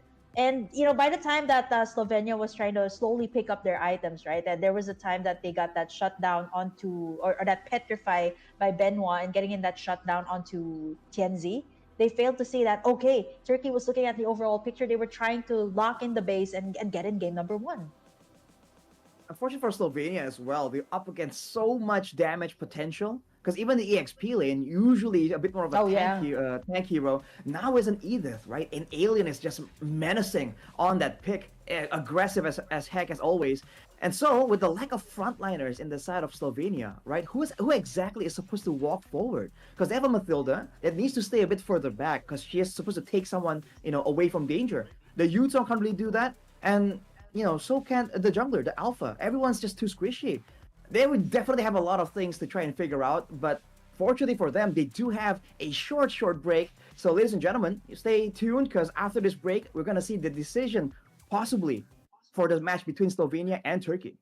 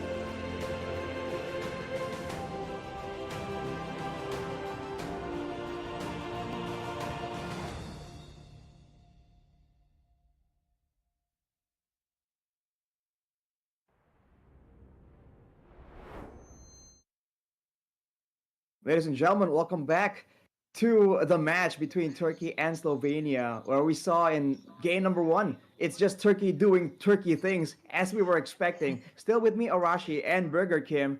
And man, what do you think about this match so far, man? It's already a crazy development. We're seeing a lot of picks we haven't seen in a while. Do you think the second game is also going to be a dominant performance, much like match number one? What is a uniquely Turkish thing to do, right? I've actually had the privilege of having a quick stopover just this year onto Turkey, and I was like, wow, Ooh, it's a really really beautiful country with a lot of cats. So yeah, it was Istanbul in particular. So I was like, oh wow, it's really beautiful here, interesting. and I was looking at like connecting it to the players here. Like, okay, so I see like it's a very diverse country. It has a lot of different people, a lot of different personalities, and I think you can kind of see it also in the play style earlier, right? Like there was a the Turkey team that we actually come to love and know, and they Mhm. were honestly unstoppable. Like how long was that game? 10 minutes? Was it like less than 10 minutes? I actually didn't keep track anymore because like after the first lord, it was just over, right? For the team, and Slovenia just didn't know how to bounce back from that situation. And honestly, I think at this point that Arashi, the Hayabusa just might go to the ban list here at this time. I think it's definitely something they have to respect. Because again, it's not like they were overstepping too far, but even under the turret against a Hayabusa, it's just a whole different story. And Turkey were able to really take advantage of that. And I like the fact that you were bring it back to Turkey itself and their country because I've been there as well a couple of years back, Oh, and it's also very diverse. And I think that that sets the team up to just be willing to try something very very different and have a lot of different play styles. And the fact that they were able to pick up so many different heroes that on paper at first glance doesn't really work well together and still somehow come up with a game plan oh that yeah, can allow every single pick that they had in game number one to really shine to their max potential. I mean, the DPS from the Tsushin, the engage and disengage potential from the Minotaur, and even the assassinations. Right? They had it all: team fighting, pickoffs, flanks, just frontal engagements, macro play as well. So I think they're really on course to try and get a decisive victory here. But we have to wait and see for sure. And looking at the bans, I think Slovenia has a lot in mind right here because they have to really pick and choose their poison. Because everyone from the side of Turkey yeah, in game one were able to actually have their own moment of glory. So it's not just one problem that they yeah. have to try and solve. Yeah, it's the whole team that they have to kind of try and decode here right now. And looking at Mhm. that Slovenia, it's still going to be the same pattern. So the chip has been taken out here, a global presence. Turkey this time, knowing that Slovenia is going to be on the blue side, they take away the Jushin this time, which kind of signals that they might actually go for something different this time. Slovenia, with this being said, are they still going to put in their ban list like the Ling and the Fanny, if I'm not mistaken, was in their ban list for the first game? Right, technically, if they want to try and go for the same bands, then I guess they can pick up the Hayabusa if they really want to, right? I think earlier in game number one, I believe the Nolan at some point was banned, I believe in the second phase. Yeah. So, by all means, even if they do manage to deny all of these assassins from the side of Turkey, there are still assassins available, right? That's, I think, part of the reason why assassins are kind of legit a concern in the meta right now because of that, because there's so many more options. And Turkey, even though, as you said, Kim, their country has a lot of cats, they ban away Harith, who has the. Yeah, I wouldn't be surprised if they ban Joy in the next phase, but yeah, I don't think that's going to be the case, right? Like, I think they're taking out the all the possible options here for Slovenia, and I think it's very centered around like the gold lane. This was also the same case when they were on the blue side, so I think it's a very specific ban for Vodster here on the gold lane. So perhaps they really don't want to go up against this Harriet, or they probably don't have any way to counter out the Harriet, but there are a lot of ways to counter out the Harriet. So now here's the big question. Turkey, they can actually ban out all of these meta heroes, right? Knowing that Slovenia has the pick of the litter here. But it's still going to be Slovenia locking or banning away the Fanny here for their last pick, which leaves like, yeah, there's a lot of things open here. Like I think mentioned, they can steal away the Hayabusa, but that means that there's just so much more other options here that that Turkey can go with, right? Like they can pick up their favorite Roger, or also go for the Yuzong here to go and counter that out. So there's really a lot to take in here, especially if you are Slovenia. Right, so they banned the Moscow for the final ban. So right off the bat, the Hayabusa comes to mind. The Edith as well. Keep in mind, Yeah, it's been tryout in game one, in game two as well, and even earlier this year in the Asian qualifiers. That Edith has always been such a force to be reckoned with. Not for Slovenia. First pick is in their hands, but what are they gonna pick? Because technically, it's also what are they gonna let open for Turkey to take yeah, advantage of. If they want to yeah. just try and still get that strong EXP lane presence with the Yuzong, then Oh, Edith is something they have to try and Roger. manage. But Roger, Roger. okay, See, I told you they love the Roger here in this region, and they really don't care at this point, right? Like it doesn't matter if these other options are open.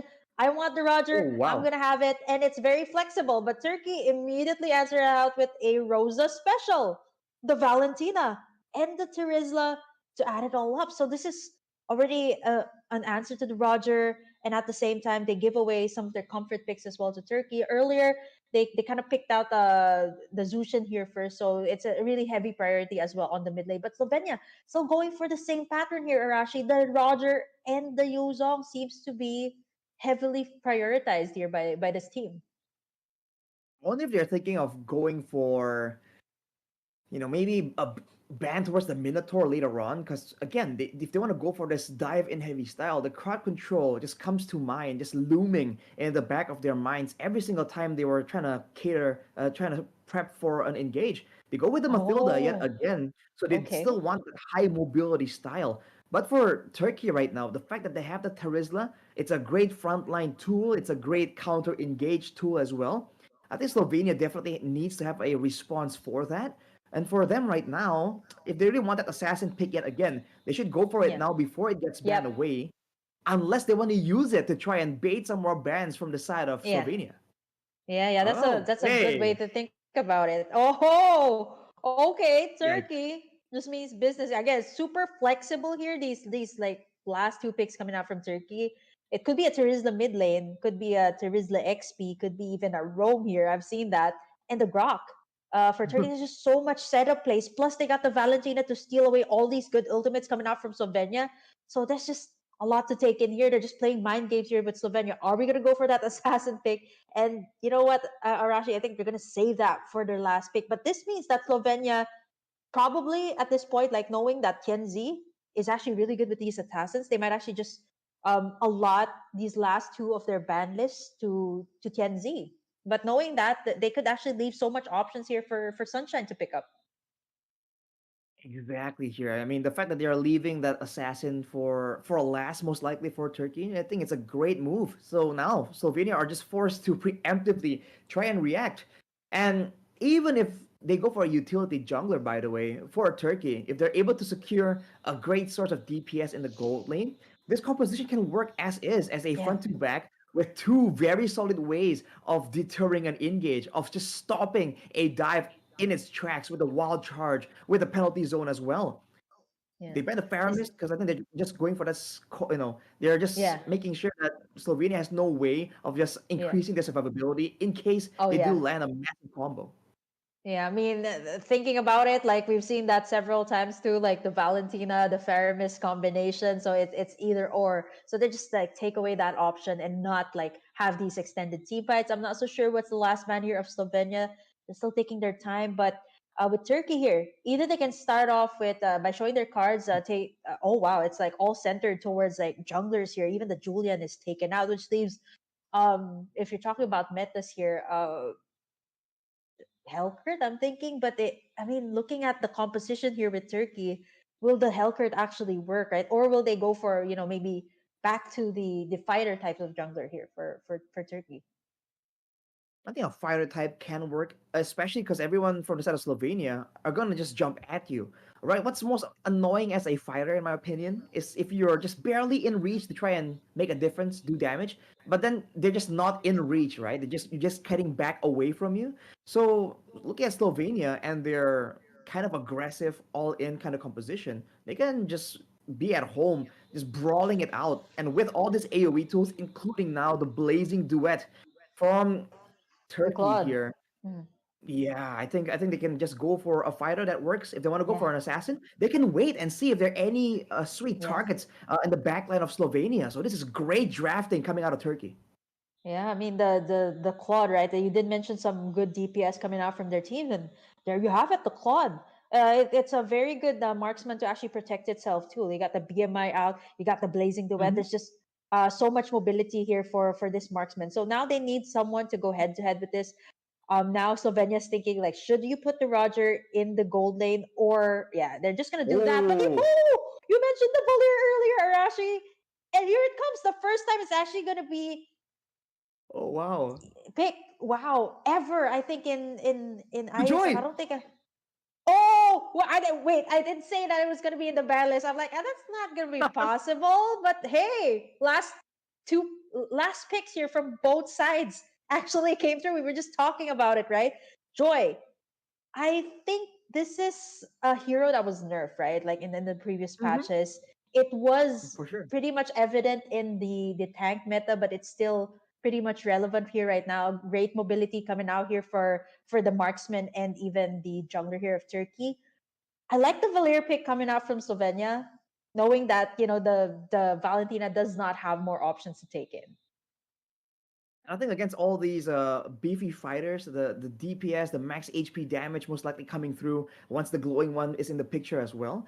I think the Valir does work, and you're granted some kind of measure of safety here because your ultimate can really dispel a lot of these crowd control tools available. They do go for the alpha once again though, so I think that's a bit of a risky pick. But since he's against a Joy, usually a fighter against an assassin, the fighter has a bit of an edge. But I think the mid lane becomes the problem here because a Grok and Valentina can clear the wave so fast, and if the Joy is backed up by the Valentina and the Grok, then it's no longer a fair fight. Oh yeah, and there's only one way out with the Valir, right? And I'm sure you know this as well. It's just the flicker out here for Rimuru. And in terms of the lane clearing, you're right. It's actually Turkey that has the much better wave clear. They do have the Matilda here, so as you can see, Mhm. as early as now, they cleared the wave so fast as Apex is already able to give vision to the side of Turkey to where Nemka is. It actually started out with the red, so I think they're gonna try to possibly go for the invade here. But it's a fast farming coming out from Nemka here as well. So they're trying their very best to just give out information here at this point. Look at Tienzi though, coordinating with his team to just get the litho almost immediately. You can already see Slovenia on the back foot, and that's due to the clearing difference, right? Mathilda doesn't really lend itself to clearing, and oh man, look at that! Yeah, TNZ early popping and the electrifying beats, but again, the damage is not just there yet. But it forced Slovenia to actually back away here right now. So I think what Turkey is trying to go for is just go for the pokes, make sure they have that advantage in the laning phase. They're able to clear out fast and be able to get like levels ahead here of Slovenia. Absolutely, and Tienzi for sure is taking advantage of it by having, trying to clear a lot faster. And look at the barrier here, making the camp walk around, allowing Tienzi to punish Nemka. Yeah, but actually not gonna go full in for the full engage, knowing that the turtle's gonna be up. Electrifying Beaks has been activated as Turkey gonna be able to exert out a lot of pressure on the jungle camps here of Slovenia, forcing out a lot of battle spells here as well. Muro was already Oh used up the man. flicker too, man. And even Apex is just denying this next the jungle camp from Nemka. He's still level 3 as the turtle is already spawning, and Apex isn't done with it at all. He's still trying to use that barrier, trying to be annoying. And this is a focusing mark Grok, and he does not care at all. No extra survivability tools or movement tools, and it doesn't even matter. Yeah, and for the side of Slovenia, they did get that upper hand by taking out Alien very early on, so they should have at least gone straight for the turtle, but they were a little bit busy clearing out the waves, right? Knowing that Turkey has very fast wave clear, which means that they're left in their jungle camps here right now. Apex Ooh. 47 actually able to steal away that blue buff from Nemka. And here right now, they're going to go try to go for the setup. Penalty zone up and the circling eagle out from Re-11. Rimuru already popping out the flares from the backside as Benoit gonna try to find out a target. Rosa using in that circling eagle very wisely to escape that one. And after all of that being said, no one was taken out in that team fight. Actually, very clean coming out from Slovenia and Turkey. But Nemka gonna actually be starting out the turtle here. Apex gonna try and delay that as Tianzi gonna be looking for a way to get in. Look at Rosa and the wild charge, and here comes the cleanup crew. Tianzi gonna go for the electrifying beats, taking out Ree, and not gonna go for more. Benoit though gonna be able to bite back. He's the only one being able to get the clapbacks here for the side of Slovenia, which is actually pretty good if you think about it. Like, he's on the XP lane, has the tools to actually disrupt Turkey here. But after all of that being said, Tianzi picks up the turtle here for the side of Turkey. That's just a setup gap coming in from Turkey, man. They're able to ensure that they allow TNC to still farm while they're just setting up for the fight. And even when Apex eventually does go for the engage with the wild charge, he is already there to try and follow up on it. And that's the difference. Now with TNC just doing so much better, having the level advantage, that lead from Benoit is just getting neutralized. And even when Slovenia are trying to pull the trigger here to try and get a catch, the fact that up against a Grok makes it difficult, and Nemka forced to use it all defensively. Yep, and there goes a blazing duet from Sunshine, and I think there was a little bit of hesitation coming out there from the side of Slovenia, right? They wanted to go for the engage by getting in the circling eagle by Ree, but then they kind of backed away, right? Knowing that Apex 47 had that Guardian's Barrier up, so they were anticipating a wild charge coming out, but instead they got the blazing duet. So I think the hesitations, they have to be a little bit more confident with their takes, and now Nemka gonna get the penalty zone. Benoit gonna try to save the day here by getting a clapback, as Alien gonna be able to sustain that one. Turkey picks up another kill yet again in the mid lane. Nemka not respecting the damage potential from Turkey right there, using the Spear of Alpha forwards aggressively. And Rosa on this Valentina, it's very subtle as always, but that Valentina damage definitely adds up. And if you're seeing that whenever both teams are just waiting for a chance to make a play, you have no idea if Rosa is coming in to try and harass and do a bit more damage, or if he's gonna commit using one of the stolen ultimates with the IMU. And look at Apex, man, as active as ever, already back in the jungle, knowing that the orange buff most likely is already up. Yeah, I mean, this is and just like what we were talking about, right? Tianzi being a menace again onto the side lanes. To think that they already switched up the lanes here, like Vodster switching it up with Benoit, but then again, Tianzi just makes all these rotations all the more hard for the side of Slovenia, right? Making sure that all of the lanes are all covered. And now with all that being said, Turkey again gonna be able to take in all the resources away from Slovenia. So a very difficult game. And not to mention, Apex 47 has been doing such a great job here by just giving out the vision and the wild charge zone combination, combine it as well with the circling eagle. 2 members down from the side of Slovenia, as Turkey gonna try to go in for a triple, as Vodster, or rather Ree, gonna be able to get that shutdown. 4 members down from the side of Slovenia. It's only Vodster left. They did get that shutdown, but for the price of 4, a very hefty price for the side of Slovenia, as Turkey will be able to push forward here. Man, Tienzi just saw red in that fight. I thought he was out. I thought the fight was over and Turkey was gonna just go for the turtle, but Tienzi says no. He wants to seal the deal right there. And to his credit, they're able to secure both turrets in that mid lane already. With the turtle up, both teams are kind of neglecting it. Turkey is just trying to get more pressure in the lane, get more dives, and force Slovenia to play even more carefully, as Tianzi is still just outclassing Nemka in the farming game completely, 5 levels ahead. So no steals are even available to try and contest. And look at what the whole team is doing, man. Even with Tianzi nowhere near the area of the skirmish, they just keep going at it because they are that confident in their execution. Already about 7,000 a goal ahead from Slovenia.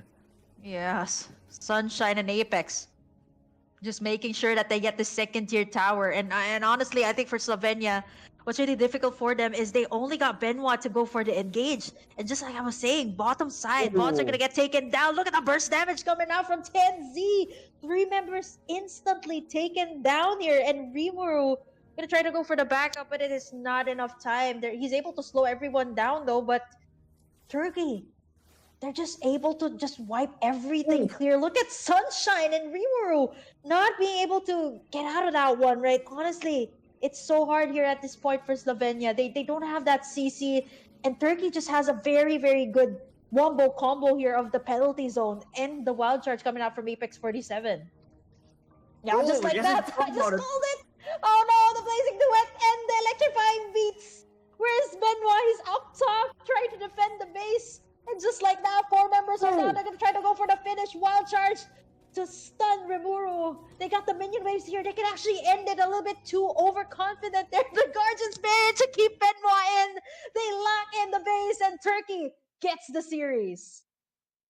man, Turkey, what a play. We thought that they were really doing so well when they really didn't have like a massive playmaking tool, but give them that Terizla, give them the Grok, and it's not just the fact that they can combo it together, it's also the fact that they can alternate it, because you saw a lot of massive penalty zones, but also a lot of wild charges, man. They were just so flexible in how they were able to approach the dives, the team fights, even the siege game. I thought that with a lack of long range sieging heroes to take down the turrets, it's gonna take a bit longer. But they said that it's no problem. We can just keep hitting on those turrets if there are no heroes to interfere. And that is the engage here, man. Alien, again and again, landing massive penalty zones. I think at, at worst, he's landing it on 2 at least. I haven't seen a single miss on that penalty zone, man. It's lethal. Yeah, the not just that, like Apex 47's wild charge too, combine it with all of that, you're unable to move, then combine it with the burst from Tianzi and the blazing duet, you really can't get out of that one, even with the Matilda, right? It is combined all the way in. And what's really funny here is like the Guardian's barrier was up, like Benoit could not do anything at that final point, and all they needed to do was lock in the base, and Turkey just finishes the job, takes in this series with a 2-0 once again. I mean, honestly, I really can't I can't cast like this because my hair is like all the way up. I had to fix it, right? Like I thought it was not gonna be the end just yet. So it's insane like how Turkey manages to pull off all of these risky plays, pretty much like Ukraine in the first series. They were pretty much able to pull it off in a very similar fashion. They were just ahead in so many different segments, man. They were winning in the farming department. They were winning in the team fights, in the movement, maneuver around the map as well. It's just they just seem so one-sided, and unfortunately, it's just a difference in the experience, a difference in how they were even drafting from game one to game number two, and we're seeing again the improvements at every single game. That's why Turkey, is a lot more experience, and I think that really shows in their approach to this match. Yeah, from the drafting down to the execution, they were able to take in the series with a 2-0. But for now, of course, Arashi, we're going to go into a break first before we proceed in with our next BO3. It is going to be Serbia versus Spain. Don't you guys go away. We're going to be right back here at IESF with more action.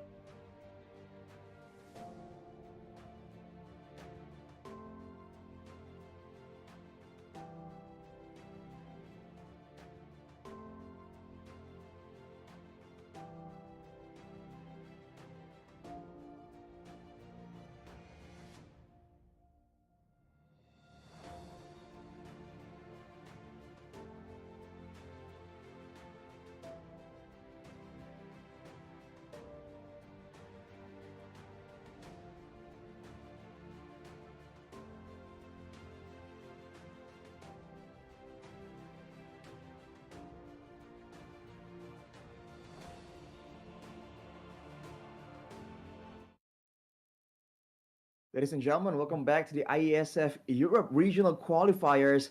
And it's been one heck of a day, man. You're still with me, Arashi, and Burger Kim. And so far, we've had 1-2-0, 2-2-0s. Can we see three? Yeah, I mean, it's not impossible that we'll see the last match of the day might actually be the last final sweep, or will it be something different this time? I mean, that has to be something different, right?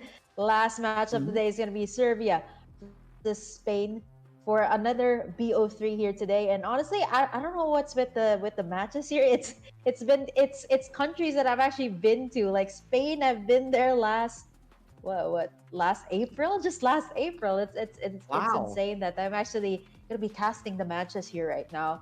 Um, I don't know. I think we've seen Turkey earlier. A lot of 2-0s, a lot of clean sweeps. It's all because of the momentum, I guess, the team had in game number one, and they just able to like kind of translate it into game number two. But speaking of Spain, Arashi, we're gonna be seeing the team lineups here. Who's gonna be playing for the team in just a little bit? And there you go. It's gonna be Danny, Enrico, Mark, Eduardo, and Alejandro. These are all names that I know so well.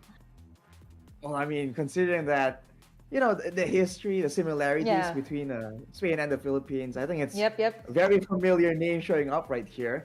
And Yeah. they, My they always classmates' have some. names. I I see. mean, it does sound Well, like it, right? they do have some really nice sounding names, though. I gotta be a bit envious here Yeah. because Indonesian names, I don't know if you True. guys True. know, they're Oh, okay, I want. right? But they just feel very bare bones. It lacks that, that flair. So, on the other side, for Serbia, let's check it out, man. The players Mhm. for the side of Serbia right here going up against Spain. It's gonna be Gojo. Ooh, I love Oh, that. BBRS keys, which we also have another keys in Indonesia, by the way. Step ahead, which is cool, and Joker.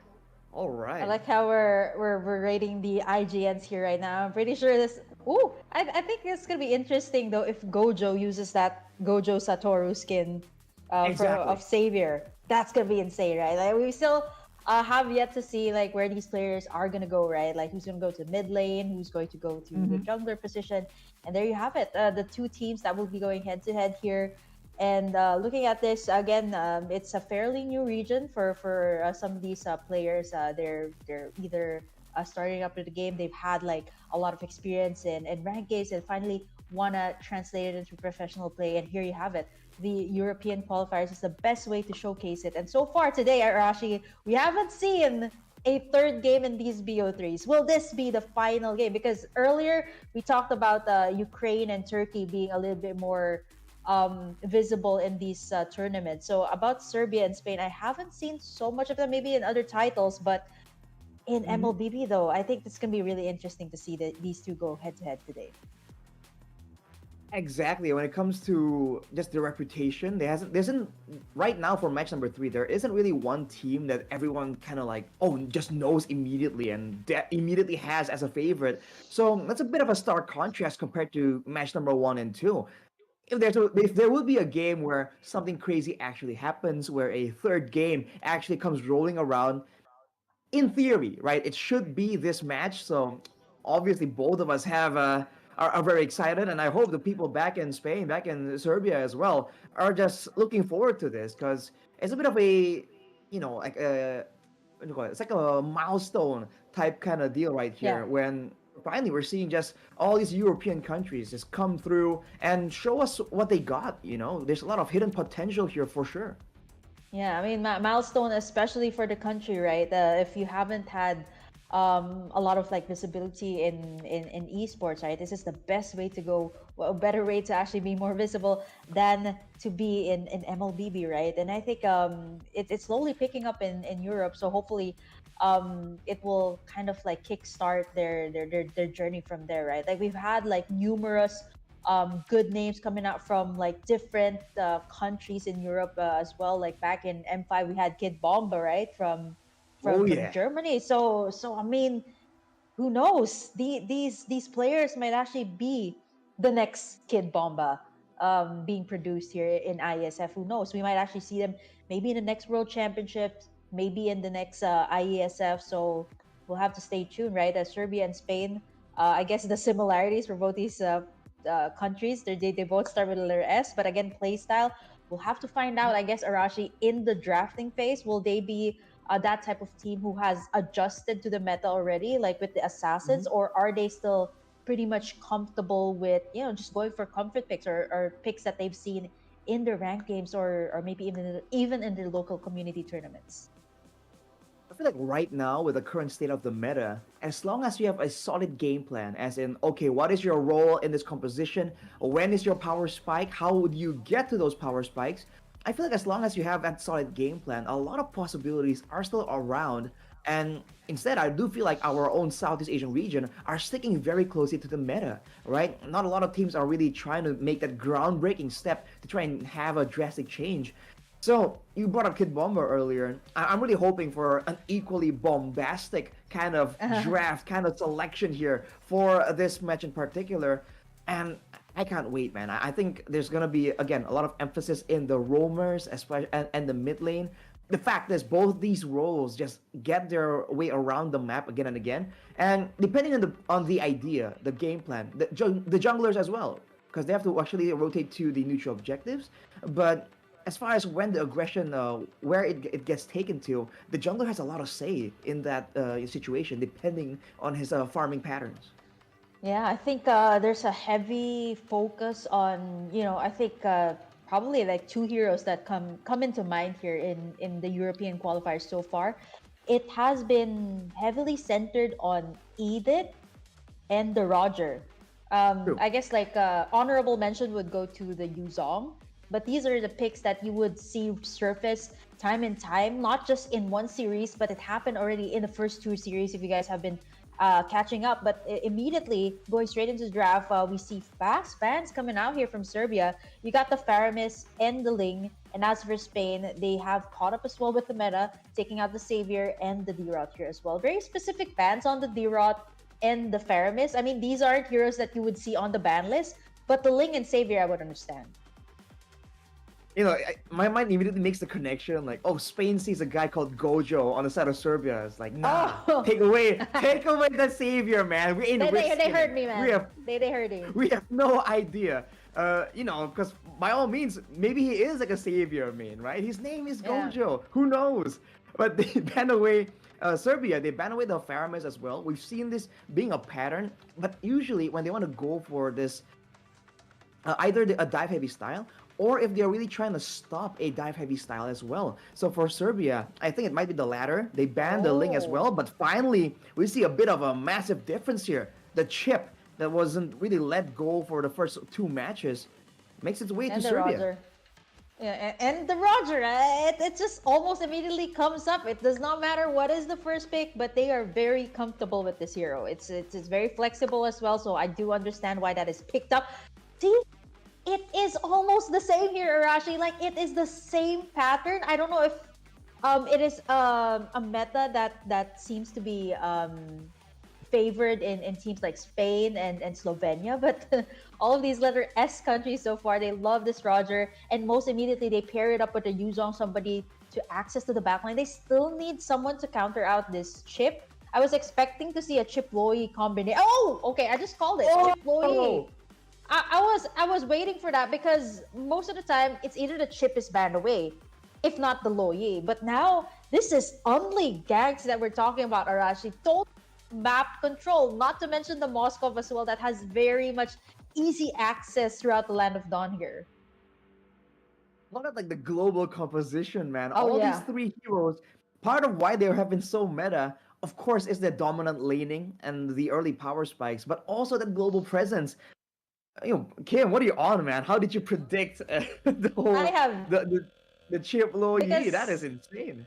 because I mean MLBB is going global. What better way to actually go global than to have these two heroes? I've seen this. Okay, this is a meta here in the women's scene in particular for the Philippines. This is a meta. Hmm. Almost all of the time, it's either the chip is banned or the low is banned, or most of the time they're both banned. But it seems like Spain, they go for a little bit more of the comfort. They pick up the Beatrix here for their last pick, which kind of means or most often, it doesn't even matter. Like it's a Beatrix in the gold lane, and this is most definitely a Roger in the gold lane. But my only worry is with all of the unleague ganks that Serbia has, will they actually have enough time to give space for heroes like the Roger and the Beatrix to actually scale up? I feel like for Spain right here, if you even if you look at their bans, right, they immediately notice the threat of a global play gank. So they ban away the Franco, they ban away the Guinevere. As far as the combinations that are available, the Kaja usually comes to mind as well. They Mm-hmm. seem to be really recognizing that there's a threat for these gangs to come out of nowhere, and they're trying to find ways to try and deny it. And Serbia very intelligently reads into that, and they ban away the Grok, right? The one person that can kind of stand in the front, look for information, and still stay relatively safe from crowd control. And for Spain, trying to muddle the waters even more, they ban away that Hellcurt. So I don't know if that's a Mm-hmm. respect type thing, or if they are thinking, okay, man, 3 global ultimates. What other And then you ultimate is got global? Hellcurt. Okay, ban him away, ban him away. oh my gosh, that would be so insane, right? To think like you have the diversion plays and the portals coming out from the chip, and then you make it all dark. Like it's so difficult to tell like where all of these heroes are going to be coming from. The usual answer I would see to a chip Loi is a Carmilla. A Carmilla, maybe even Right. a Minotaur. These are the usual answers. Like CC. If I mean, what better way to capture these heroes than to have like CC heroes, like Kufra, even like any tank hero that has CC. But highly recommend Carmilla. It's really good, especially when they're all clumped in together. You got the shared damage, and not to mention I'm a little bit um biased towards that hero because it's my main hero. So I love that it's popping Oh. up, and it's the usual answer that I see to the chip and the Loi. But they're gonna go for something else. This is also pretty good, right? The Tigreal instant CC once they come out of that. Oh, But wow. man, Serbia just got everything covered. They got it a Tigreal here, but they answer out with the Mincetar. So this is gonna be hard rather for Spain to go in for these dives, especially with the Roger, right? Like with the Mincetar's King's Calling, it is Mm-hmm. going to be difficult to have those team fights.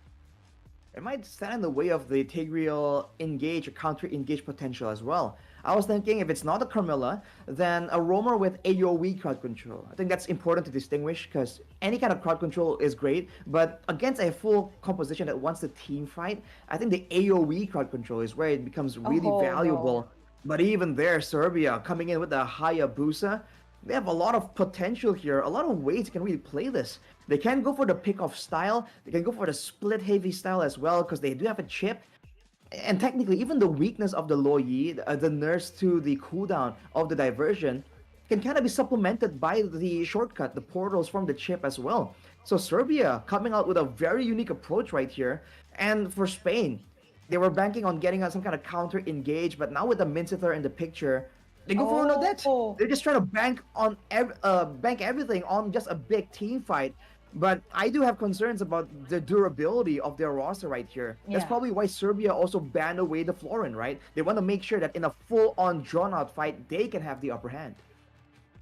Man, this is a very scary lineup for Serbia, right? But looking at this, it's going to be buff dependent as well with the Hayabusa. But if you can make it work like Turkey earlier, have great rotations. And speaking of rotations, Serbia has all of it, right? Like looking at their lineup, it's looking pretty scary. Whereas there's two things you can do with the lineup of Serbia. You can go for ganks, or you can use it to just split push, right? There's so many things that you can do with the lineup.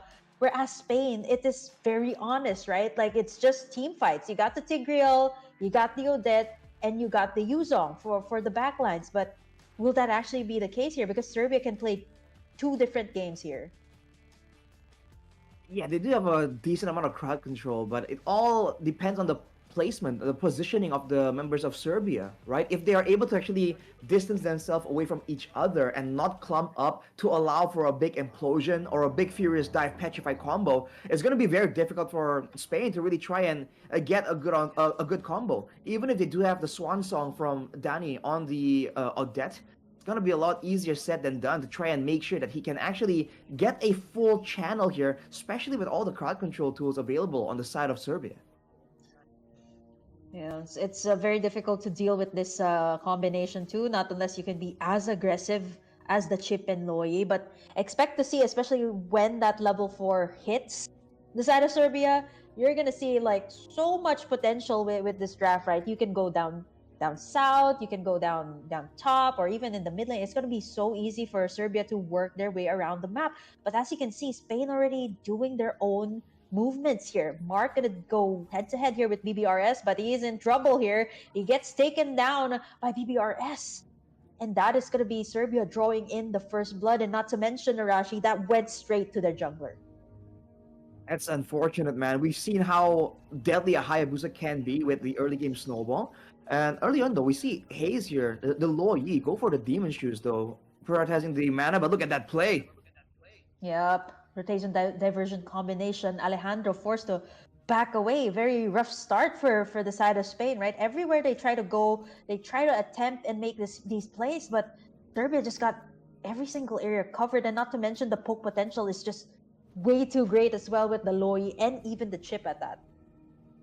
Like right now, Spain needs to identify which part of the map they do have pressure on. Because I mean, especially as far as the E experience is concerned, the Yuzong is definitely still a lot stronger than the Mincetar, at least for now. So they have to try and see where they have power, where they have control, and use that to try and go for an advantage. But look at that play, Gojo almost turns it around.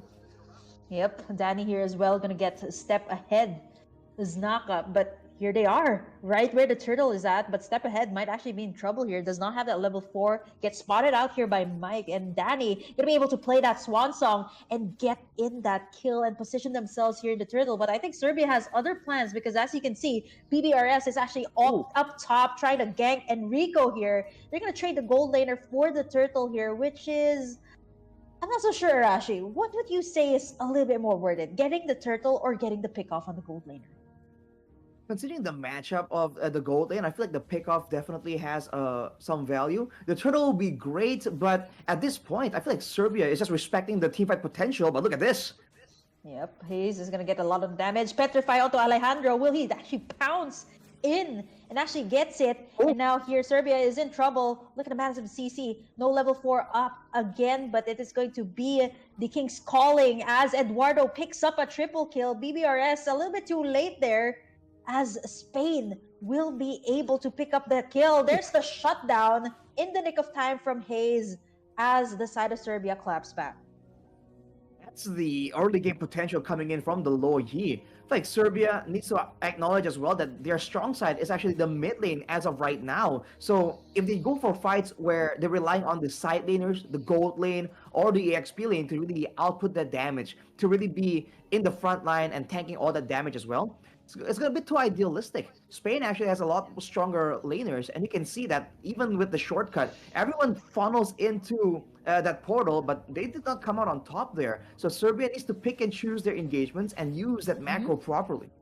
Was he able to get in the purple buff? There goes Mark and Danny with the swan song. They take down 2. The shutdown comes through as well for BBRS as Spain just keeps on forcing out these team fights that Serbia is not prepared to take. Ooh, and even in the bottom side, another play by Eduardo here, dominant on this Yuzong. This is why the Mincetar, we haven't seen it in the EXP lane that often. Spain is just completely brute forcing all these fights. They're trying to make sure that they pull Serbia into a brawl instead by going for these invades, by going for these moments where they can tell where Serbia is going to be at. Yep, and then now they're at a futile attempt on trying to stop the side of Spain. There's the rotation diversion combo and the tug in by Gojo. Alejandro will get taken in, but now Danny as well forced to pop in that swan song. Alejandro gonna try to go in for the Lycan Cows. It's not gonna be enough. The shutdown comes through from Gojo as the side of Serbia claps back, but Danny though on the mid lane, he's able to take down BBRS. BBRS losing 1v1 against the Odette wasn't expected, but the Purify is allowed to get Danny out of that situation. Joker though, whoa! Winter Truncheon, but now Gojo as well decides to stop it right now. Flickers in and gets in the King's Calling, but ultimately gets shut down again by Eduardo.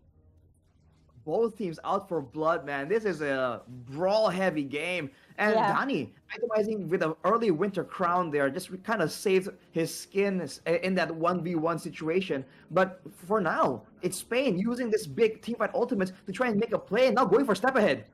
Yep, step ahead is a little bit tanky here, but he's going to get taken down by the two members here of Spain and now BBRS as well. This is exactly how you kind of control an assassin jungler, right? Like make sure that all of the lanes are taken out, right? Like BBRS does not know where to go here right now because Spain has been forcing out these team fights. Look at the bottom side. I think Gojo's going to be in trouble there. Even under the turret, they will be able to take him. But here on the top side, BBRS is not going to be able to survive here as well as Spain.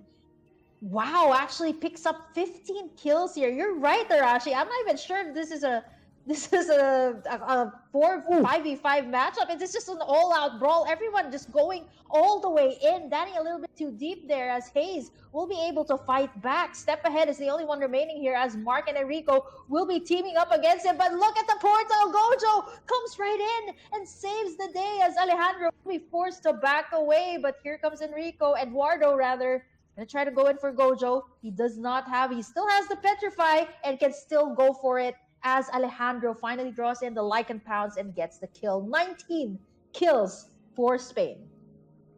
Wow, man. Again, everyone just diving in all the way behind turrets. Usually we see teams get a bit of an advantage and they slowly try and chip down those first turrets in the lanes, but not this game, and now they're going for another fight.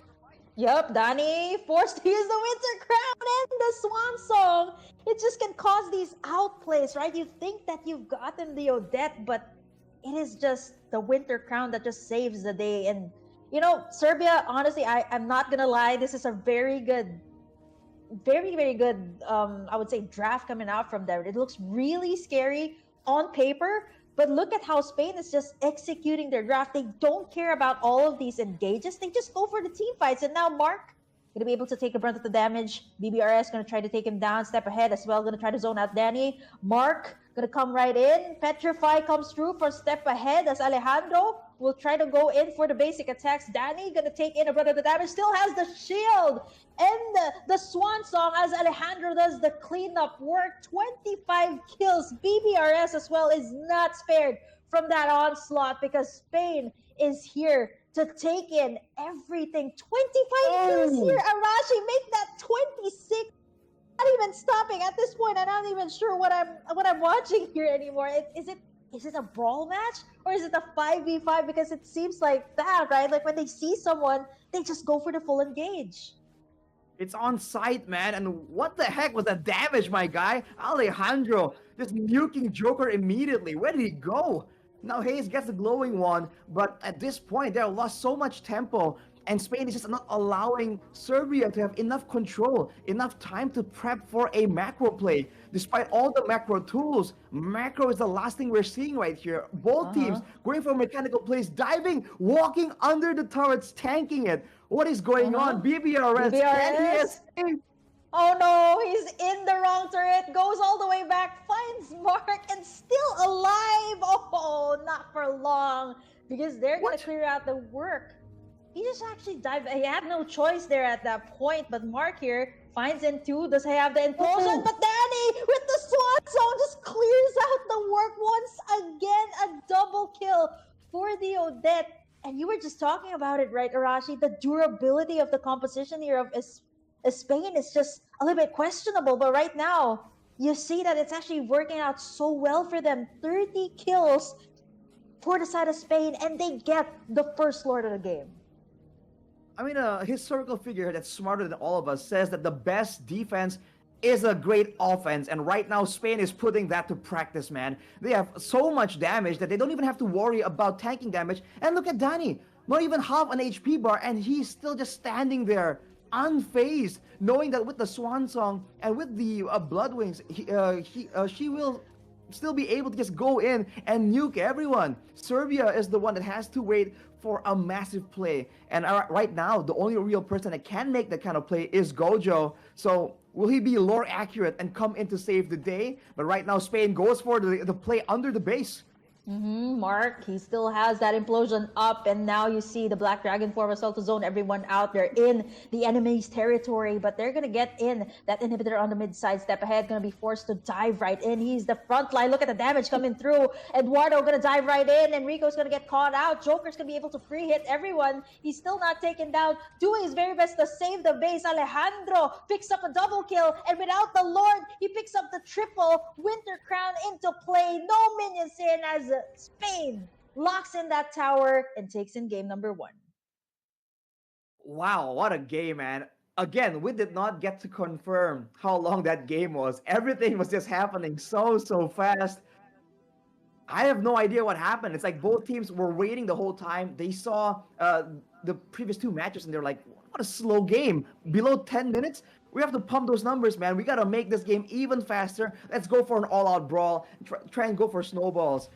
And despite all that macro threat, Serbia just were unable to execute, man. Spain just absolutely pressured, domineered them from the laning phase, and they were making insane plays. Like the mid laner just walking in under the turret. What are we watching, man? They don't care. I think they didn't get your memo, Arashi. you were talking about the numbers, right? But we're talking about the number of kills that Spain managed to bag in this game. That's like 30 plus kills, right? Like it's not even the number. I wasn't even keeping my eyes peeled for the number of minutes that you had in this game. I was just looking at the numbers that Spain had, like 21 kills in 7 minutes. To be able to accumulate this much is to be able to force out all of these team fights. And Serbia, with that being said, right, they've been walking into all of these traps that Spain just laid out, right? They think they're gonna go for the engage, but even though like Mark is taken down, Eduardo's taken down, it's just a matter of the cleanup work being done here by Alejandro and even Danny. Well, 30 kills is what Spain have managed to get in this game, and you're seeing that insane damage and the difference in levels, man. I think Spain in the mid game, they kind of risked it like in a very risky fashion, and they just kept going for the 50-50s, for the outplays, for the mechanical plays. But for them, it paid off, man. They were snowballed so hard right there. It doesn't even seem like the Lord was even something they were considering. It was just another minion as far as they're concerned. They just went straight in for the base and made sure that they can take out Serbia before they can get to use any of their creative tools like the diversion or the shortcut. It's like they're trying to, defeat the intellectual playstyle by pure brute force, man. They just went at it. Yeah, because by the time that Serbia was like, we're going to be on the way, they just cut it right through. Like Spain just went in for the all-out brawl and forced all of these team fights that Serbia couldn't take. But that was just game number 1, Arashi. We still have one more game, and it's going to be the match point here for Spain. But don't you guys go away. We're going to be right back after this short break. Stay tuned at IESF European Regional Qualifiers 2024.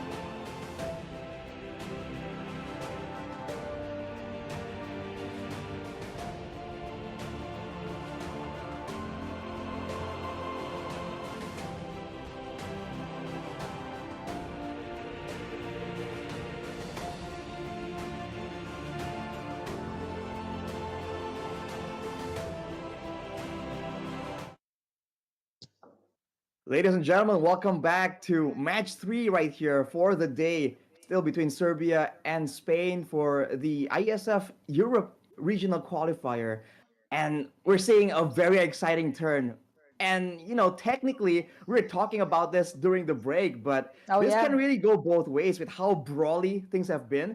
They don't do this conservative style we're used to where, oh, we get a gold lead and we maintain it and give nothing back, suffocate you by taking away your jungle resources. No, they just want that action, bro. They just kept going in.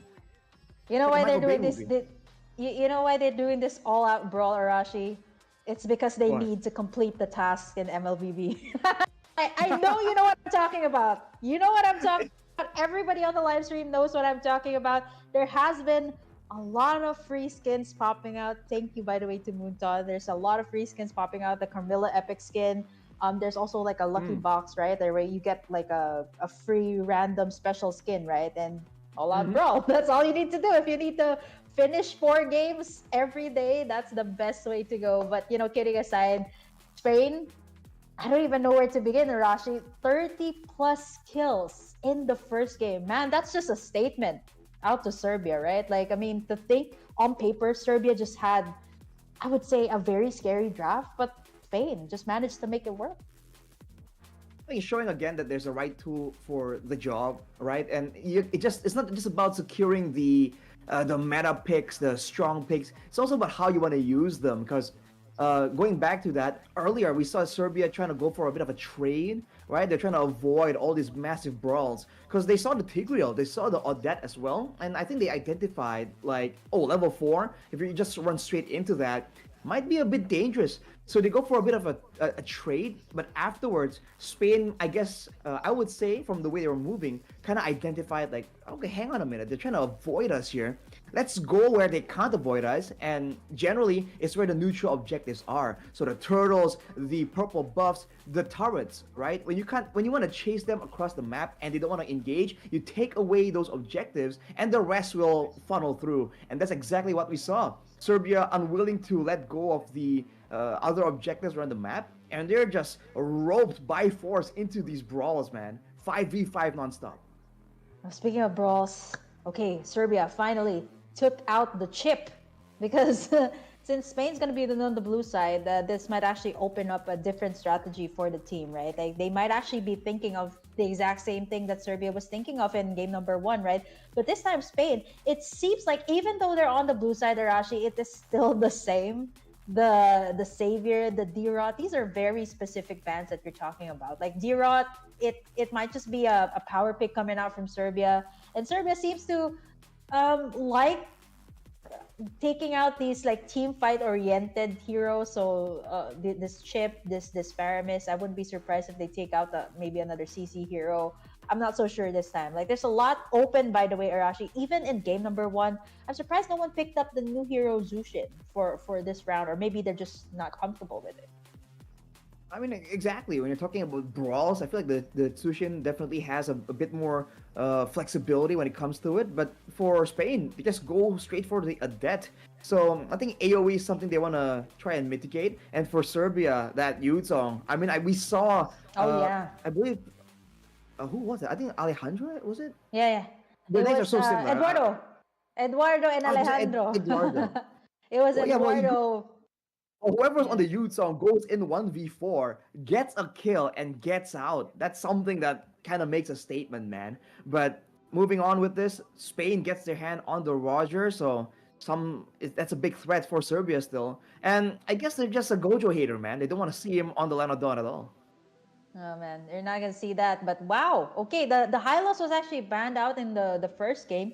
It's actually Mhm. open this time for Serbia to pick up. I'm not so sure if this will be something that will change the type of play. But yeah, I was talking about the Zushi. I was like, nobody's picking it up. It's open actually, and Spain will actually be picking it up for themselves. They also pick up the carry here on the gold lane, someone that can kind of rip or peel the front line here of Serbia, especially you're going up against the high loss here. But it's not going to be easy to pull off. We're going to have to find out the last 2 picks, though. They still need someone to frontline for their side. And I think Serbia can now start to take out all these frontliners. They picked up the Tigreal in game number 1, so I'm not so sure. Minotaur, perhaps. could be an option here to take out for Serbia.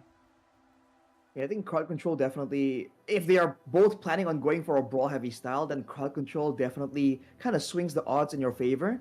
But I can't help but feel like this kind of reminds me of, was it game one of today with Ukraine? Oh, Where there's yeah. a Hylos, right, that's supposedly going to be so tanky with the vengeance, but on the other side, there's just an abundance of damage. And for Spain right here, with our Roger, Carey, and the Chushin as well, I can't help but worry for the health of this Hylos, man. He's gonna be taken out quite early on, unless of course they're planning on again on some kind of rotational play, because they do have the Hylos that can be very active around the map, and they have a Novaria here that can really contest the wave clear. Because Suchin can actually do it over time by spamming out the spell, but for Novaria it's a lot faster, and you can just cast the spells, let it loose, and then leave the lane immediately. So rotations, I think, is still what Serbia seems to try and get, even without the Loi and the chip.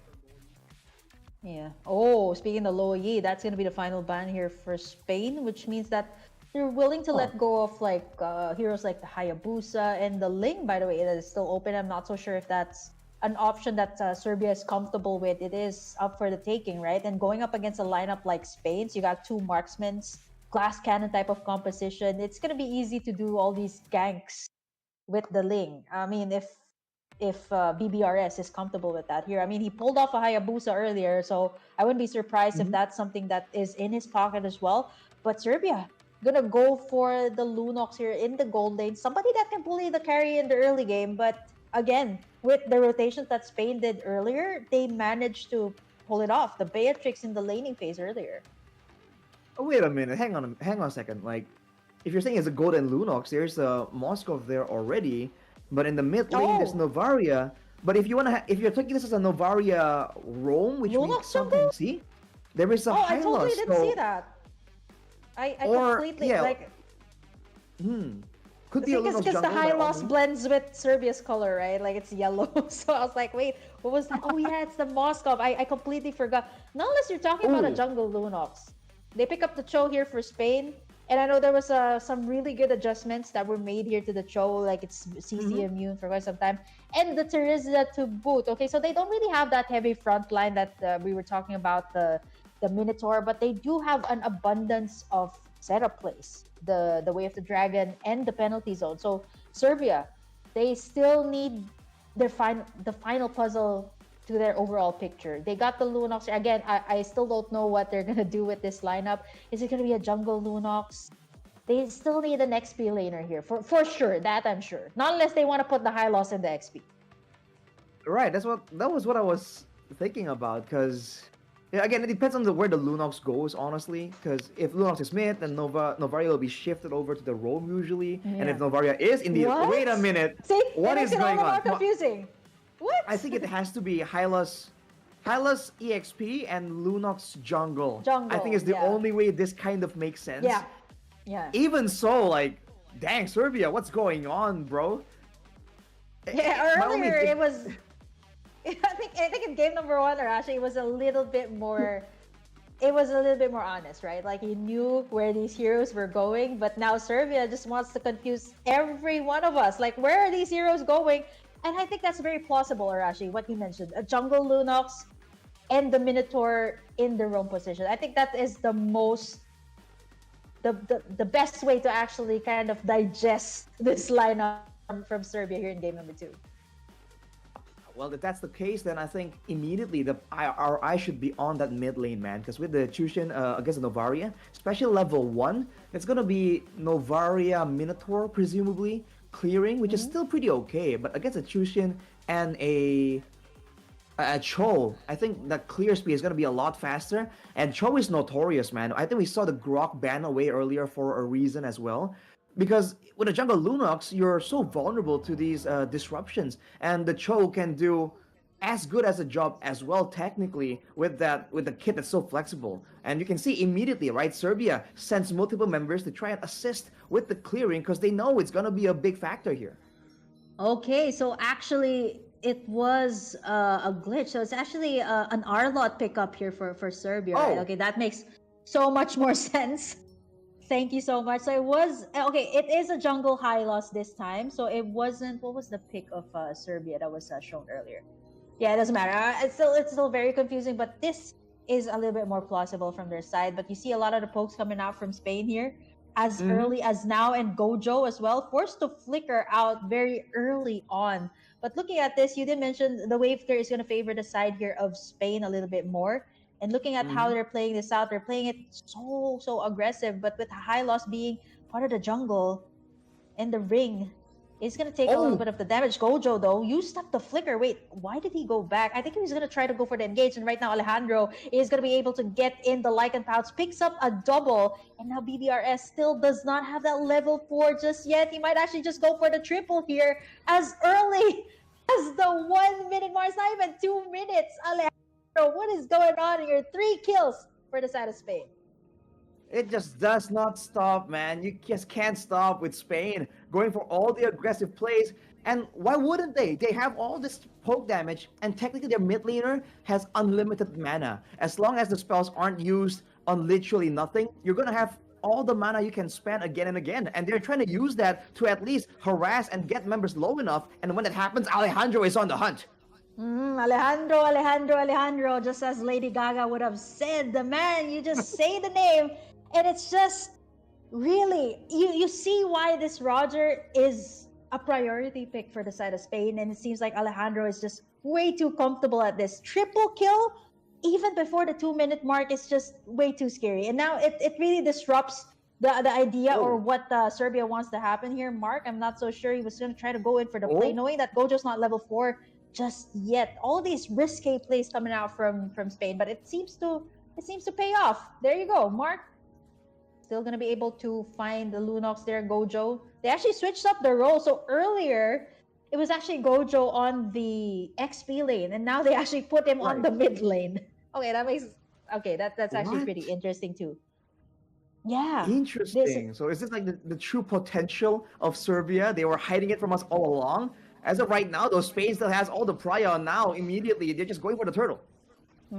glorious pathway here as well for BBRS, but they took the turtle here right now. Hayes gonna be able to find Eduardo there. Penalty zone not enough as Alejandro is going wild again, going in for the Lycan pounce, just going in for the basic attacks. A double kill for Hayes though at the backside with the final slash, and right now step ahead as well. Going to be forced to use that Minoan's Fury, but they're not able to take anyone. So at least this time, Serbia has some clapbacks in the form of Hayes. I mean, Step Ahead tries to go for a very ambitious Flicker Minion Fury play, but it's almost like he's a step behind instead. Just barely out of range for that. But look at Spain. They're just doing this again and again. There's no reason for them to really stop doing it. Now going for Step Ahead, taking him out. No questions asked, man. It's just too much damage output again and again, going straight into the jungle as well. They find BBS. Oh no! Way of the Dragon out of the glorious pathway, and Alejandro draws the kill. Mark as well tanking up the damage here in Serbia. They just have no answers here as of the moment. And while all of that is happening, we haven't even checked Enrico here, who has been having the time of his life in the gold lane, picking up a lot of the gold plating and the kills as well. But Hayes gonna go in for the final slash as Eduardo gonna try to go in for the penalty zone. Gojo gonna be the first target here as Danny will be able to use that lantern to its fullest potential. And now with the sides being cleared, they can be able to take in all of these pickoffs here right now. BBS with nowhere to go gets tugged in. Glorious pathway, not enough to save his life as Spain will be able to take in the gold plating as well as all of the members here. 2 members from the side of Serbia, they still have no answers or no clapbacks for the side of Spain. Spain is just turning on the meat grinder, man. They are pulling Serbia wherever they are, just forcing them into fights. And whenever the fight happens, their composition just works so much better right here. And this is even before talking about the insane playmaking potential that Mark and Eduardo can have. These are just plays based on Dani just walking forward, doing damage. But look at the bottom side.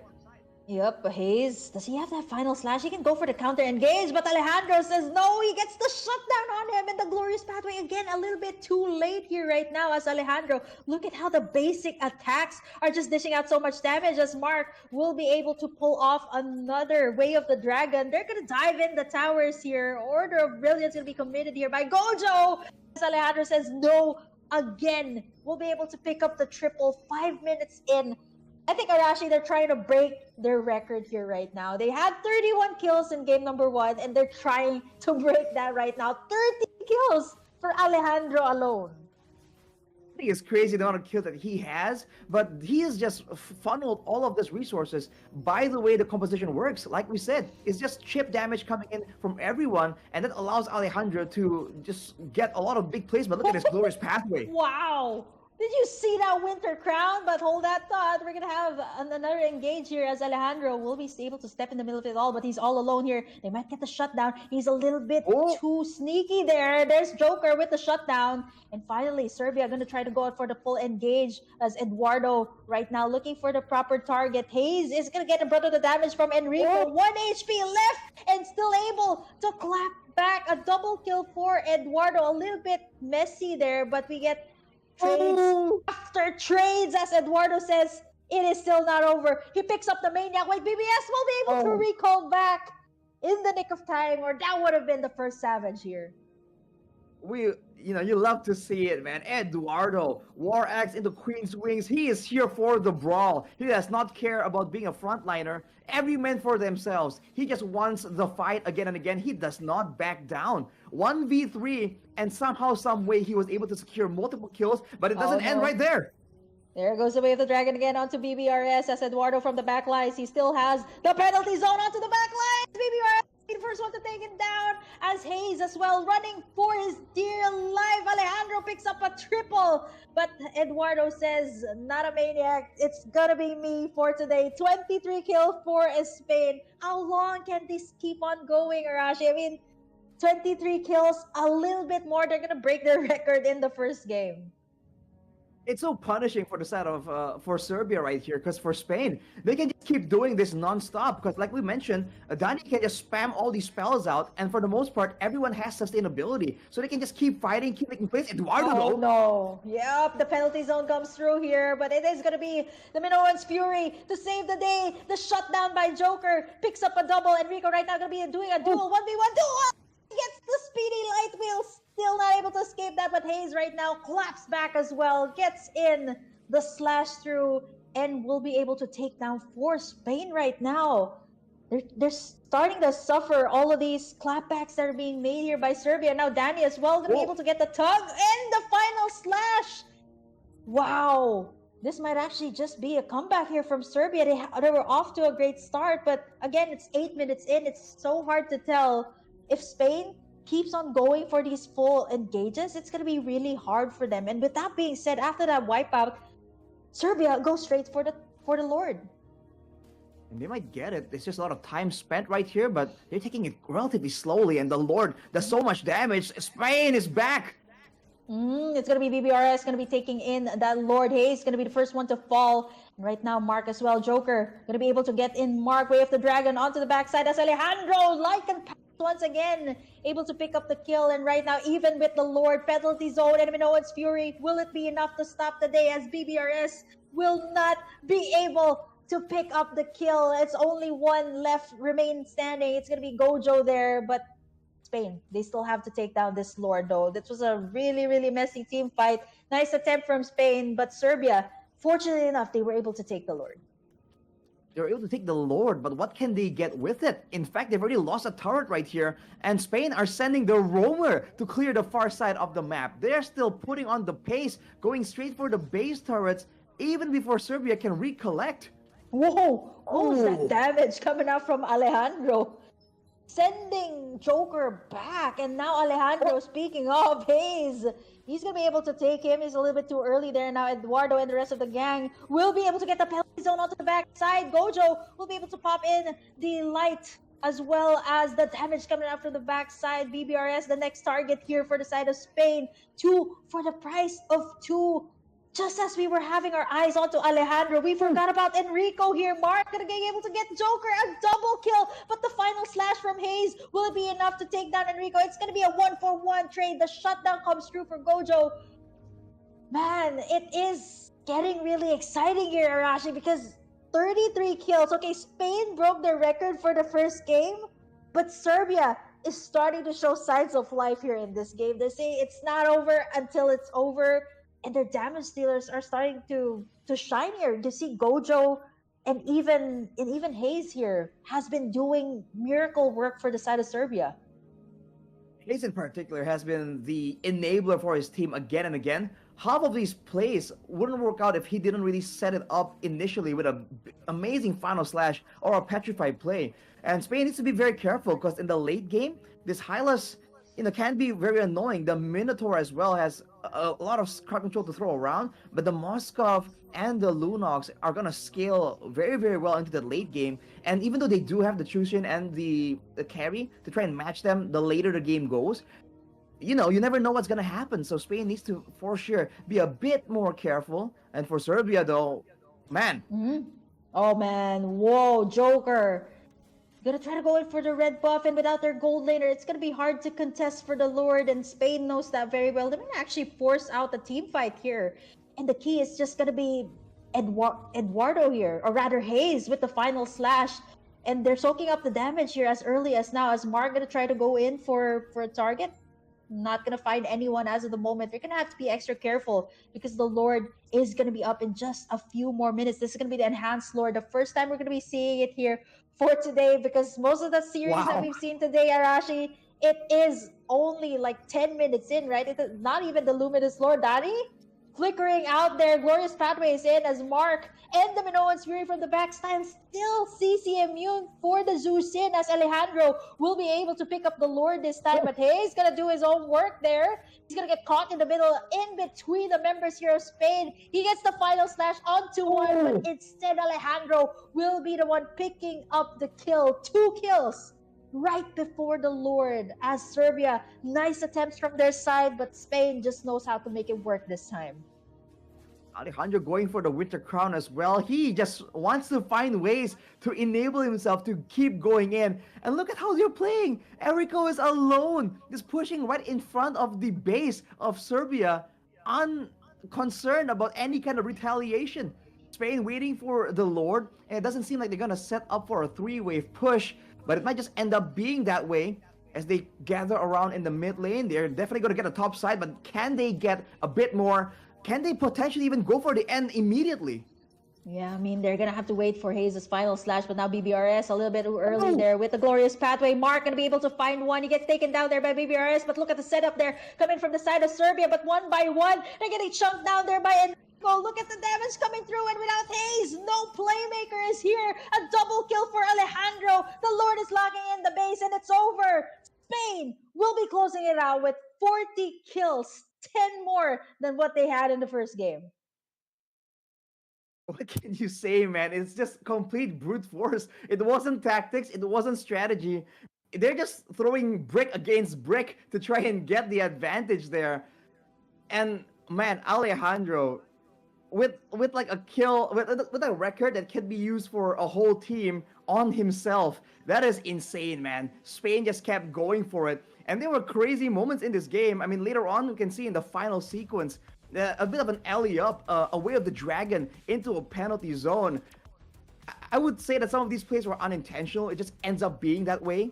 You keep making plays happen. Eventually, cool stuff is gonna happen. That's the mentality that people should go into ranked games with. But for Spain, man, they just kept going at it. And even when, for a lot of teams, once they are holding a huge lead and then they lose a big team fight decisively, they kind of get discouraged. They kind of slow down.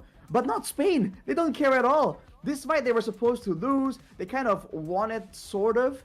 And Serbia actually has a lot more members available. But afterwards, they just underestimated Eduardo, man. He just keeps going in, and he seems to really know what he wants to do with this, just going for all the sustain possible with the War Axe, with the Queen's Wings as well. And from there, they just turn it back immediately.